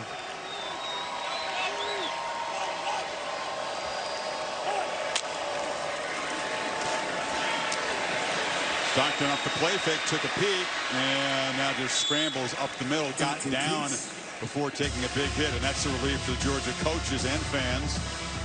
Something Pete Golding has used most of this year.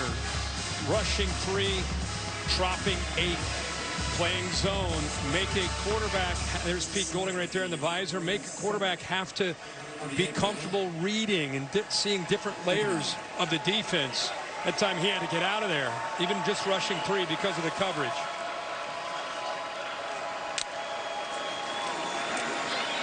Trying to escape again. And headed for the sidelines, spun out of bounds. Perkins got him, but near the marker. Third down coming up. Saw Beanbag come out because that ball came out, and it might have gone backwards. That may have affected the spot. We'll see. Good spot there because he did make it across. Yeah, you're right. The ball is look at that. Punched out. Perkins ripped it away. That should be a couple of yards further back. That's why it wasn't a first down. I saw Beanbag come flying out. Yeah, he's in bounds when that ball comes out. Heck of an effort there by Centurion Perkins, who's had a quiet year this year as far as production. He's been dropping a little bit more in coverage. Last year had a bunch of sacks. He has had 14 in his career, but he hasn't added to it this year. Still able to affect the game. McCray, he didn't get there. Did not get there on 3rd and 2. And now you said they can't afford to squander any opportunities. I assume you can't afford to punt it away. Yeah, and that fumble is huge, right? Because if that ball didn't get ripped out and pushed him back by a couple yards, this is first down. Now here we are after that effort by Perkins and a good job on 3rd and short. Now here we are at 4th and 1. They got to get right to that 45-yard line. Still third quarter, but it feels urgent. Bowens and McCray, both big fellas in there. No! Yes! There's no way he was going to get out of that. He was stacked up, and he just broke free and dove for the first down. How do you Yes! I felt that same thing. That was a great call. The left side of the offensive line got blown up, but McCray, how physical he is. Watch the push. They just blow Georgia up. That forces, I thought that's where Chris said no, and then somehow he's able to sneak out in the back door for first down yardage. Look at those legs. They keep churning. Look at the left. Stay off the ground. He's like 245. And Kirby told us yesterday. He's about 3 feet off the ground. 3 inches off the ground. He's a touchdown machine throughout his career at Illinois. And now at Georgia, but again, we hadn't seen much of him in the first half, so they bring in the big hammer here, late third quarter, and sheer effort. Yeah, that was blown up. Turnover on downs. Ole Miss did their job up front. They won the line of scrimmage, but McCray, just like we saw in Knoxville. Deshaun Womack in to replace Cam Franklin, the starting defensive end, who was hurt on that play. Final minute of this third quarter.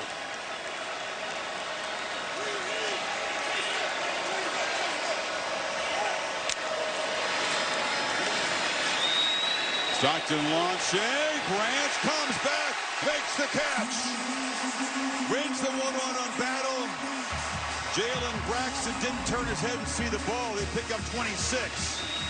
Put him in a slot, throw the fade, back shoulder. Braxton, who's very talented in his first year over from Arkansas, has had a ton of injuries, and it's another college corner not locating the football and adjusting back on an underthrown football.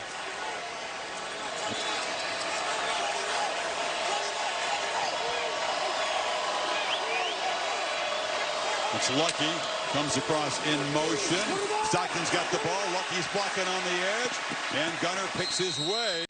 Whether it's a scramble or a design run, he's beginning to get involved as a runner now. Thought Holly was going down again, but she did a good job of backing off the line there. Fourth quarter coming up. Can the Dogs rally again? End of 3 in Athens. Back after this message. And we're your local ABC stations. You're watching the SEC on ABC.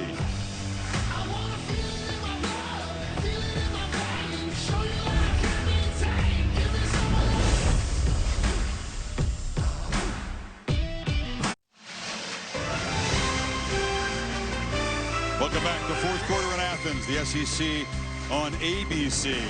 Ole Miss wants to win for the third time in the last 4 meetings head-to-head against the Dogs. Georgia on the move here, 8th or 9th play of this drive.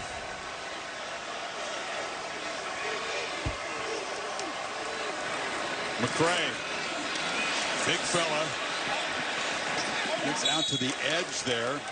More comfortable going downhill north and south. Gushikin stopped him out there. Much better job that time in the interior, forcing him to have to redirect. One of the great ways to slow down a big back like Josh McCray at 245 is make him bounce the ball. Rebels just trying to get guys off the field for this 3rd and 1, and they're going to move the sticks and move the pile. I don't know. At 12 on the field when I don't think he got off. No.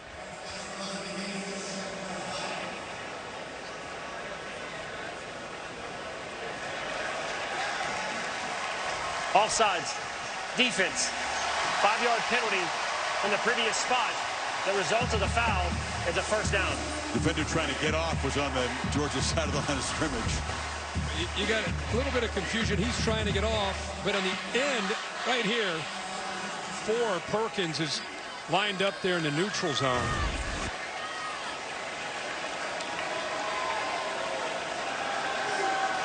Dogs desperate need of a touchdown in the red zone here. Branch in motion. It's handed off to Frazier. Quick burst. Picks up about 8-9 yards. Now, what patience here by Micah Morris, the left guard, and the back. Watch 56. He has to be able to establish this block. So Frazier gives him time, get up to the backer, and then just gets behind him. Just waiting, and then accelerating. 3 Georgia tight ends in the football game now.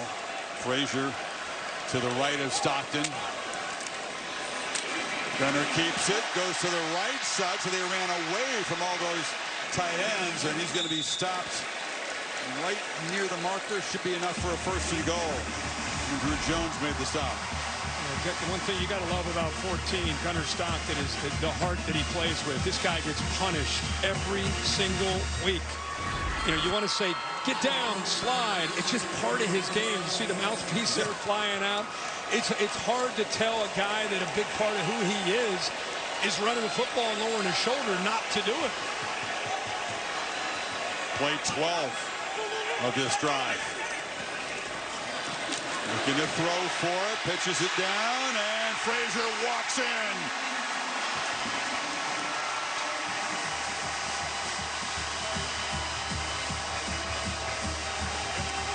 Desperately needed for the Dogs to cut into this lead, which is now 3. That was a great way to finish off a drive for Georgia.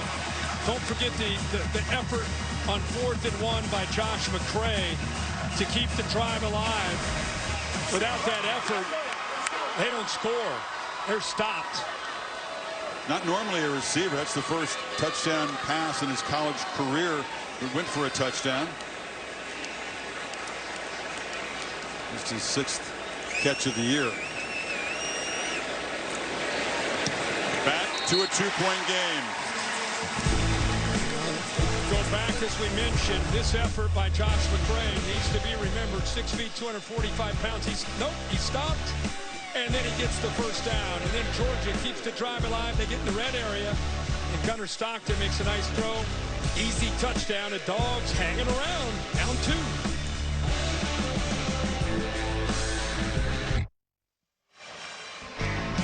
What a great day in the SEC. This is Chapter 2. Ty Simpson and the Tide in T-Town. Traditional 3rd Saturday in October game as the high-flying balls come calling. How about these triple headers on ABC? Honestly, I mean, we're fans.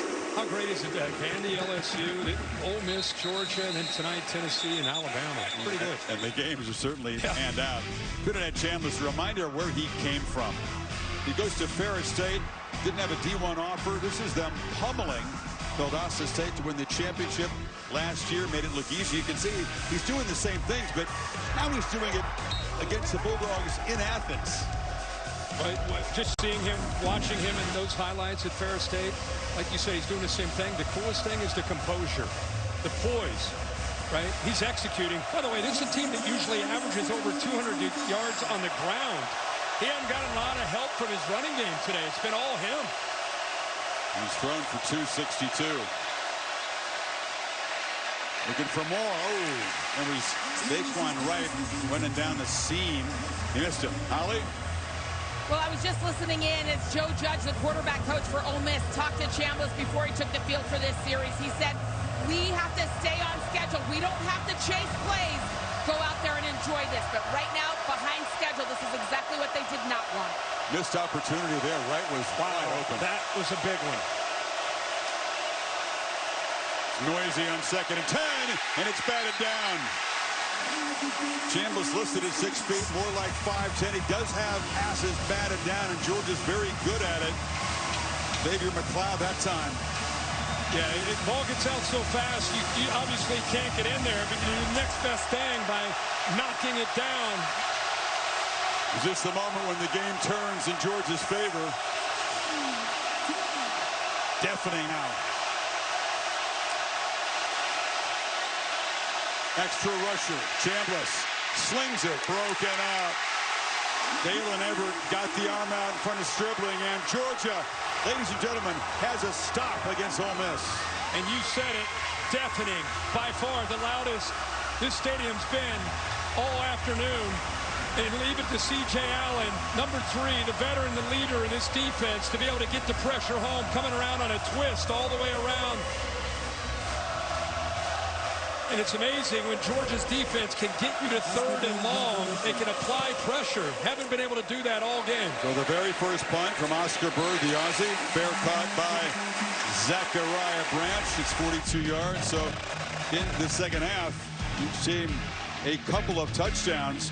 Ole Miss stretched the lead to as many as 9. Georgia, that last possession, chipping it away to 2. Lucky with his second.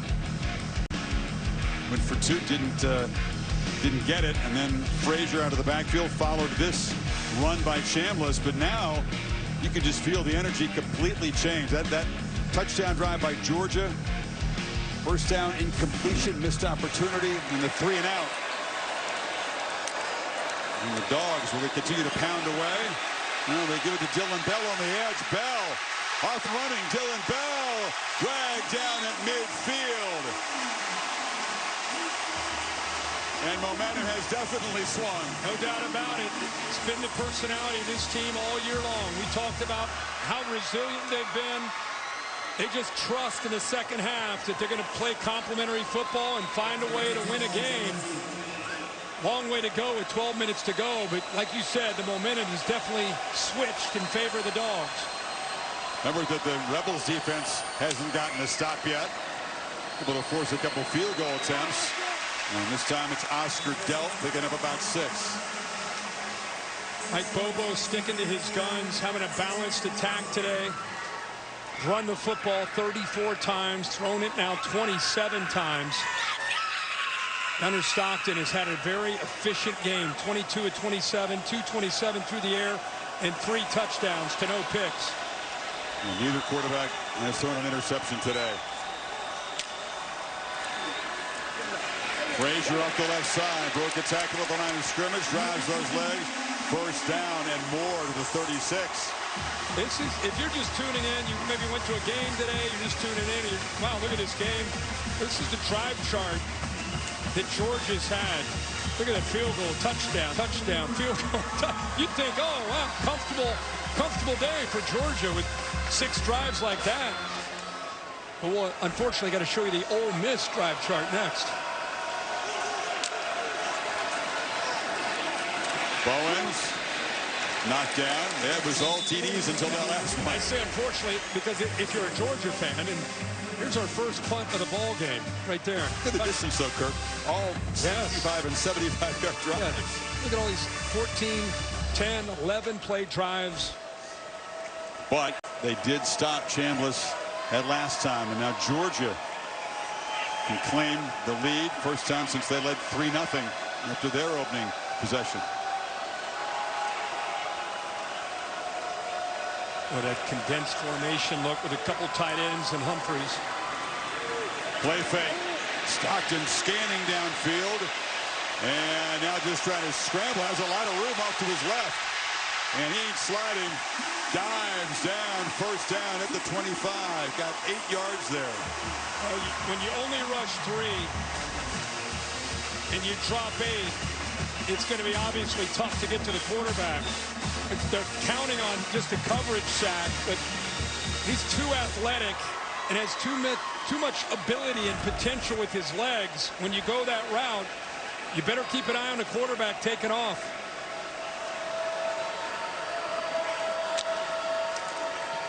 Frazier could not get the edge. Tried to accelerate, but Andrew Jones showed some quickness and got there first. Yeah, both offensive lines have played well. You know, we talked Georgia, how they've had so many different injuries this year up front, but these guys today doing a good job of giving Gunnar Stockton time to throw, opening up some holes. It's made a difference to get Ernest Green, the right tackle, back, number 71, Freeling over there on the left side. You're right. Great. Very stabilized, finally, in that position group.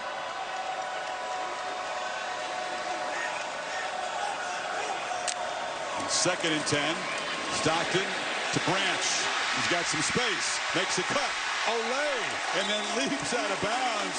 He'll stop and go from Zacharias. Another first down. He's as nifty as any ball carrier or receiver in the country. When he has that ball in his hands, Dylan Bell's just taking the defense, stretching him out. Just give him a little bit of space. Makes Chris Graves Jr. miss. Like you said, a little like that Olay. And how about how quickly he accelerates coming off once he landed off that jump. Frazier motions in. First down from the 12. Frazier beginning to just push that Rebels front back. Got 5 more on first down. We showed you the drive chart. You wonder what it does to these defenses. How fatigued are they? Look at Ole Miss. They have hands on their hips right now. These guys are tired. They've been out there a lot. Both these defenses have been out there a lot and without a lot of success. Xavier Harris there. Belly hanging out, trying to find a way to get a stop. This was Georgia running game. Bowen's the back. Fake it to him. Stockton end zone. Caught. Touchdown. Hat trick. Lawson Lucky.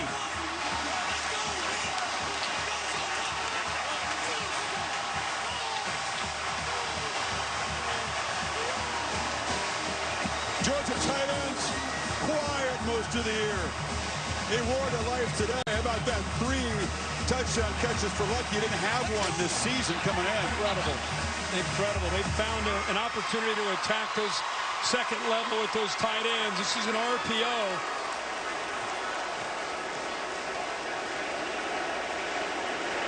So went back and forth. Georgia's last lead, 17-14. This is the 6th lead change of the game. Midway, 4th quarter, and the margin is now 5 for the Dogs. Got an RPO. He's got Lucky off to his left here to throw it, but he's making the read off of the linebacker right here.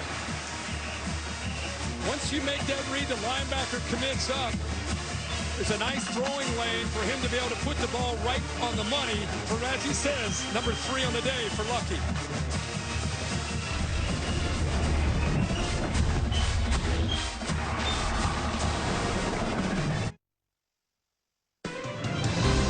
SEC on ABC College Football is presented by Burger King.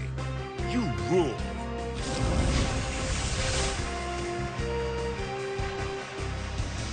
Now, tests of poise and composure come frequently. Trinidad Chandler spectacular in passing those early tests. But now, with Georgia trying to add this list of comeback victories, the margin is 5 as the Ole Miss offense takes over midway here in the final quarter. And this crowd really came to life in that last defensive series for Georgia. It's a real test for him and now for this offense. Yeah, with the momentum and the way it switched with 7:29 to go, this is really the possession.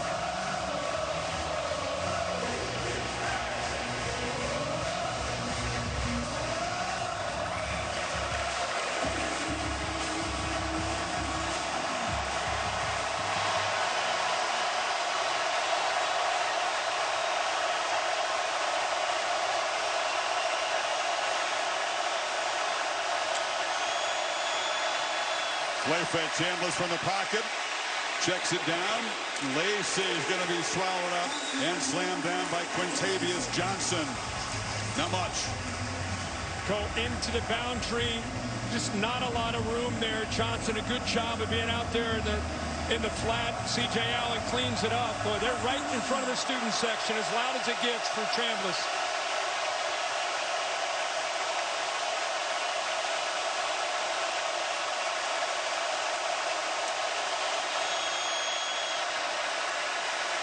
Again, checks it down, but threw a fastball high and off the hands of Lacey. He was knocked down after the throw. Quintavious Johnson made the previous play out in the flat, out in space. Follows it up with a great pass rush. We haven't seen Georgia rush the quarterback all night. They did there.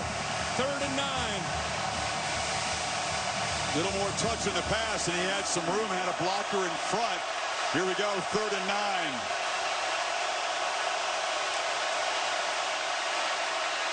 Chambliss launching downfield. Barrett for the ball. Oh, making the play was Trey Wallace, but broken up and saying thumbs down is DeMello Jones. Dogs get another stop. Back to back 3 and outs. That's man coverage. 3 on 3. I'll tell you what, I don't know if Jones ever saw the ball, but I think that left hand got in there, maybe just a fingertip to get on that to knock that away. And there's the pressure again, this time Chris Cole. Rarely has he felt that pass rush. He felt it that time, hit in the back after the throw. Branch didn't field the punt. Good effort by Bird as the offie boots one down there. 64-yard boot. Rolls dead at the 10. But the Dogs up 5. Get the football back with 6:32 to play between the hedges.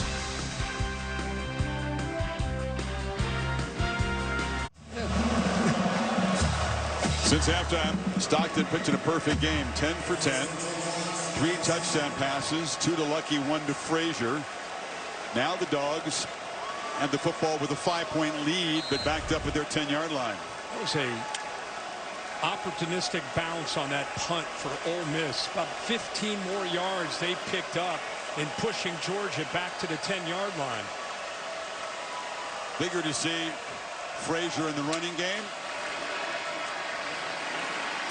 Rebels figured he would do that, but they couldn't stop him. Got 8 yards. Holly? Well, we've seen Gunnar Stockton put his body on the line time and time again today, making tough plays. And if you wonder why, this is his dream he's living out right here. He's about 4 years old. Here he is with UGA. He's wanted to be in this moment all of his life. He started working at it 6 years old with Mike Bobo's dad, George Bobo, as his quarterback coach. This is all coming to fruition right now. When you see him make those tough runs, it's because he wants it so bad. It's his whole life dream. That's well put, Holly. No lack of want in his game. You saw Uga, by the way, that live shot. He's up there at attention right on the doorstep of that doghouse. Sometimes he's laying down in the back. No, he's up. He's alert. He sensed momentum swing, crowd noise. Big fella's ready to roll right now. Up 5. He'd be proud of the true freshman. Dontrell Glover right now is in. And you think about this, crunch time. You got a true freshman in as they rotate bodies on that right side. 63, and right next to him, Juan Gaston, the true freshman at right tackle. Now the Rebels fans wondering who can step up and make a play from our defense. They have been moved backwards pretty aggressively by this offensive line. Lately, there you go. On cue, invading the backfield has been Xavier Harris. Belly hanging out, but he's got some quicks for a big man. You know, I really think his eyes were on the outside, to the player to the outside right here. And instead of to the inside, he's making that read on the edge, man. The man on the edge, that's 8. I think he didn't even really consider the fact that the big man, 51, Harris at 6'8", 330, was going to be a factor. Rebels have the only 3 tackles for loss in the game. So the Dogs at 2nd and 12 looking to throw for it. Stockton down the far sideline. Making a catch is Dylan Bell. 1-on-1. Fought back and came up with it. 36 yards inside the Ole Miss 40. Now the best ball Gunnar Stockton makes, in my opinion, is that downfield go ball. And why not go after the weakness? Even though it's a risky call after that tackle for a loss, the weakness of Ole Miss is the corners. Go after him. Trust your quarterback to make a throw. And how about Dylan Bell? With Colby Young down, he has to step up, make that play vertically downfield, and he does. Ball spotted to the 46.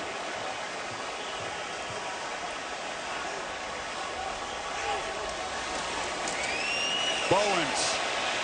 Toss sweep. Old school Georgia. Knocked out of bounds at the 35. Is the field just tilted left to right? It sure feels steep. It sure feels this way. It sure feels that way. Look at all the polars. There's Gaston, 73. You already see the receiver Humphreys. Delp getting out there. It's a tired defense. 73 plays. Not to mention they haven't had a stop. So the psychological warfare on the mind collectively of the Ole Miss defense and the physical fatigue, 74th play they're trying to defend.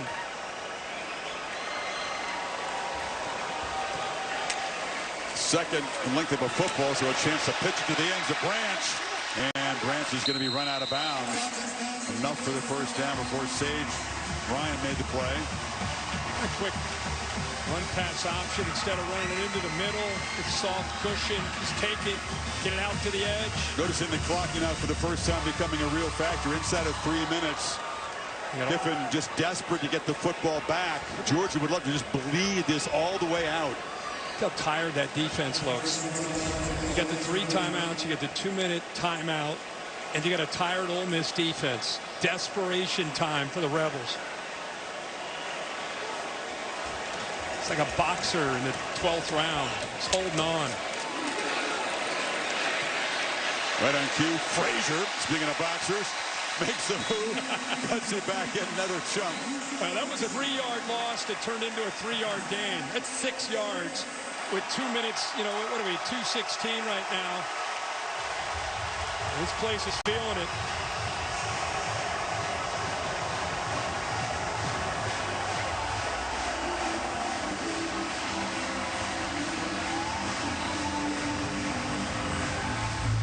Well, Kiffin just spending a timeout to give his defense a rest, number one, but trying to figure out a way to get this football back and not be down more than 1 score. It's going to take everything that defense has to do that. The 4-6 field goal. I mean, Georgia's already looking at, with the 2-minute warning, they get another first down. They can really start to work that clock down.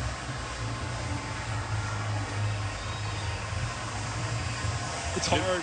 Think about this Ole Miss defense. They haven't had a stop today.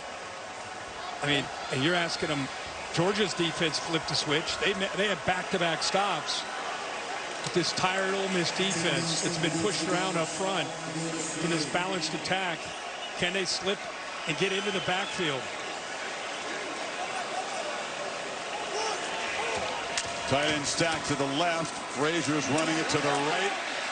And going to set up a 3rd and short. Kiffin's going to spend another timeout here, kind of going all in on this series. He will get a stoppage, as you said, with the 2-minute timeout. But the Dogs need 3 for a fresh set.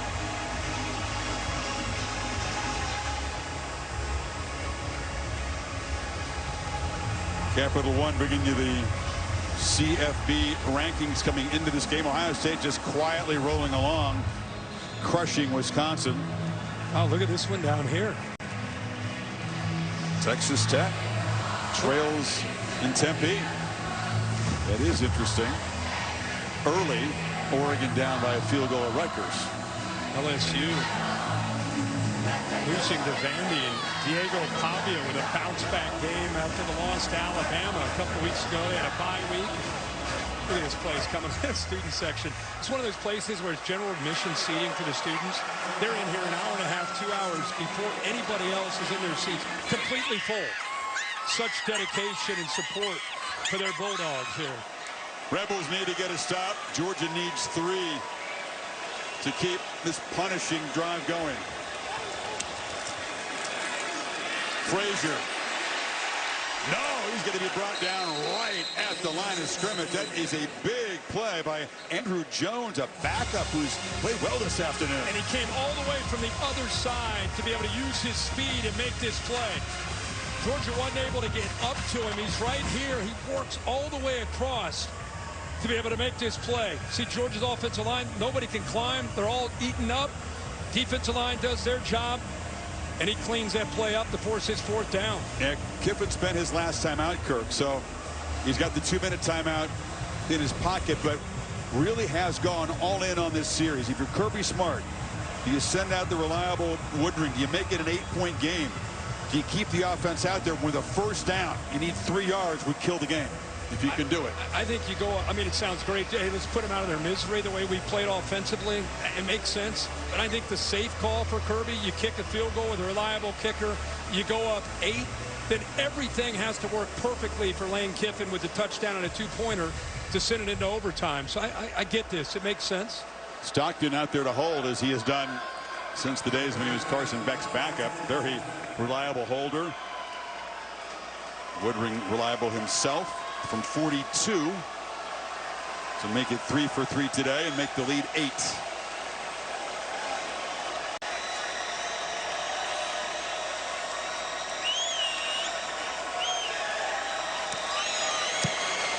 And kick gets up and over the long arms of Wright. Knocked it right through. Did you see the hold by Gunnar Stockton? I thought that ball might have gotten away from him. It was down near the ground. That's why you rep 100 of these a day. It is on the ground. He got it up. Perfect hold. Laces away. And right after he made it, he went right up to Gunnar like, thank you. Great job. I love you. That's why the starting quarterback is still the holder, because it's an important job, and the kicker feels comfortable. Yep. Gunnar more than willing to do whatever it takes to help the team win. Now, Trinidad Chambliss, unstoppable. This entire Ole Miss offense, whatever Kiffin was calling, was working. 5 touchdown drives, but things have dried up. A scoreless 4th quarter, back-to-back 3-and-outs. What can they do with all this crowd noise and an inspired defense? Has a chance to win the game right here for Georgia. And the tough part is they haven't been able to run the football. You know, then I think late in a game like this puts everything on Chambliss's back. He's got a great group of receivers. He's got to be patient, even without the timeouts. He still has got the 2-minute timeout, but he's got to not feel rushed. He's been so effective reading this defense. It's where Lane Kiffin and Charlie Weiss Jr., they put together a really good package in these situations to be able to move the ball. You're Woodring first thing, keep the kickoff in bounds. It's bouncing down there, and it's going to be fielded by Hartrup. First kickoff return to Sin, then a bunch of touchbacks and fair catches, and he got stopped at the 23, and that is the 2-minute timeout. I was going to say, you would love to see him just run up and just dive and get down. Instead, they lose their 2-minute timeout. That worked out perfectly for Georgia there. Trinidad Chambliss, can he make some magic here? Can he find the end zone and a 2-point try?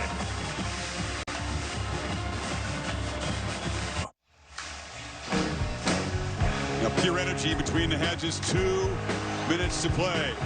Ole Miss needs to move it 77 yards and then convert a 2-pointer. Something that Georgia basically had to do against a crowd like this at Tennessee to force OT and eventually win it. Lacey. Passing game hasn't worked in the 4th quarter. Last 2 drives, Chambliss 1 for 6, Kirk 1 yard. And that's the longest run he's had of the game. Good at time to slip that in by Charlie Weiss Jr. Start this drive with a 1st down.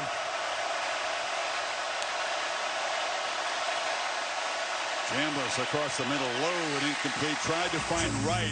He's been targeted lately, but Chambliss's accuracy has dropped a little bit in this 4th quarter. It was low. Yeah, it looks like he's rushing a little bit. And also, Georgia's doing a much better job of getting after him and winning at the line of scrimmage. Even though they're not coming up with sacks, he's feeling that rush on these last few series. Not looking nearly as calm and composed as he was for the first 3 quarters. Pressure comes again. Chambliss trying to stay alive, and now just has to throw it away. Heavy pressure Josh Horton provided it. And it did a nice job of simulating pressure here. You bring both the linebackers here, you drop the defensive end, you affect the communication with the offensive line, and you surprise Chambliss. It's a guy that usually can make plays with his feet, but completely taken away with that blitz by the backers. Rebels down to 2 plays to get 10 yards. Plenty of time. Kiffin checking out the defense, trying to signal to his quarterback. Dogs moving around.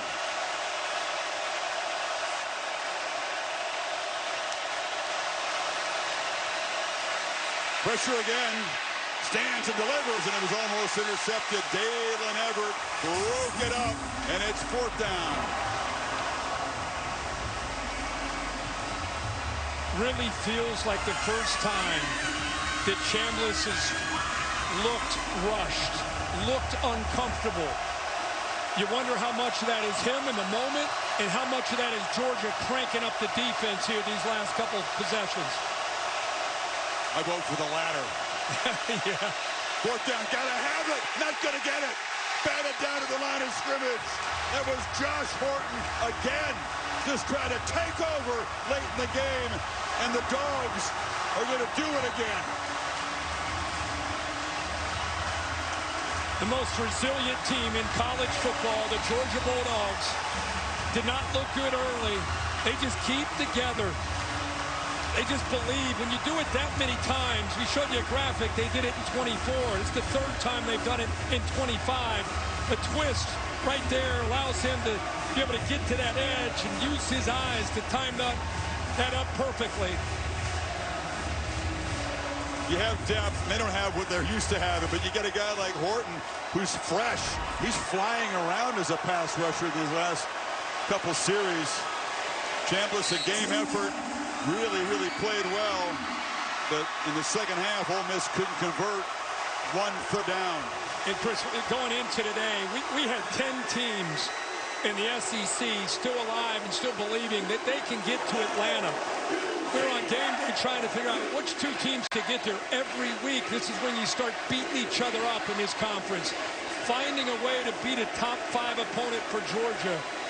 So big for their cause and what they're trying to achieve this year. They went from, oh man, another loss at home, first to Bama, now to Ole Miss, to flipping the script and getting out of here with a huge win. They went in, giving 5 touchdown drives in a row up to Ole Miss. Punt, and that 4th down stop in the last 3 possessions, shutting out this high-powered offense in the final quarter. Right on cue, right? That's who they've been. And that continues. And for Ole Miss, their first loss, has a very manageable schedule, certainly by SEC standards. So their season far from done. They're very much in the mix to head to Atlanta. Yep. But it's the Dogs' day.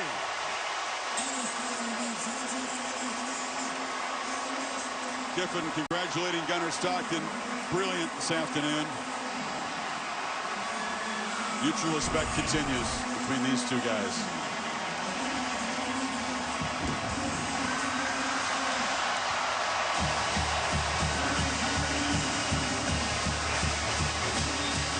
It's the Dogs surviving and advancing again.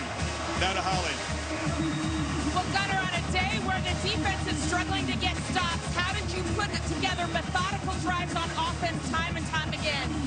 Yeah, it's a great day.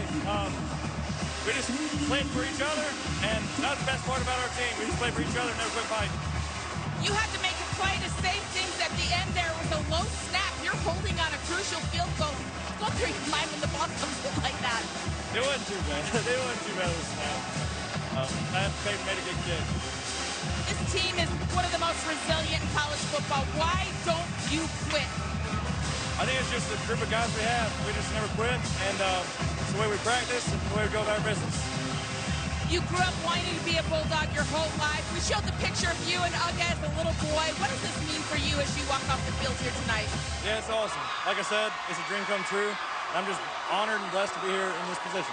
I think fans should know you were so banged up after Auburn. You didn't practice much this week. How did you find the grit to come out and play here like this tonight? Because you made tough run after tough run. Yeah, just padded it up a little bit. Just played, so. You just keep rolling. Thank you, Gunnar. Thank you.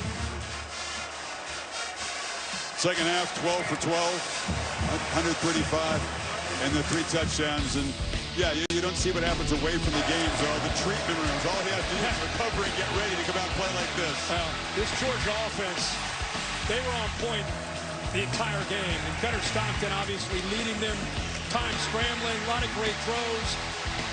Spread the ball all around. Tight ends, receivers, running backs, offensive line did their job. The reason Georgia was able to get out of here, remember, they were down 9. Josh McCray gave you that great effort to pick up the conversion on 4th down. And from that point on, it was all dogs as they scored on that drive and never looked back. Scored on every drive, 8 for 8. Points produced, 510 yards of total offense. And for Ole Miss, nothing to be ashamed about. Handled this situation well, beautifully, but in the end, Georgia just ratcheted up, found a way to make the quarterback uncomfortable, and walk out with a win. That's a good point. I think it's a disappointing loss. As good as Ole Miss played offensively, it's frustrating. They came in, they knew this environment would be tough on them, and they had an opportunity. I mean, they were up 9 in the second half with a chance to win it, but Georgia did what Georgia does, and they found a way to come together. The McCray play was kind of a springboard to the rest of that half, but the defense, the Georgia defense, were waiting and waiting, and they came on those last 3 possessions. The McCray plays a 4th down. No, yes, and he somehow bounced off people, kept the chains moving, and you're right, that was a small game, but a big moment in this game. The highest scoring in this series history. This SEC today. Vanderbilt, LSU, big, massive win in Nashville there. This classic, and Tennessee, Alabama coming up in Tuscaloosa. I can't wait. Get in front of the TV and saddle up and watch that one. It's going to be fun to be a fan of a night game. But this was electric. This was incredible. We love coming in here, and you got to give both teams a lot of credit for the way they battled. It was a true pleasure. A lot of grit, as Georgia's known for. All the resilience. They got some things to fix and work out, and Kirby Smart would be the first one to say that. They've got a bye week, and they'll need it. And then what used to be called the cocktail party in Jacksonville against the Gators. What a day in the SEC. Dogs come from behind, come from 12 down to win it by 8. Bill Bonnell produced the game. Jimmy Platt directed it for our entire crew here in Athens. Holly, Bill, Kurt, Chris saying so long. Kevin Nagandi in the studio now.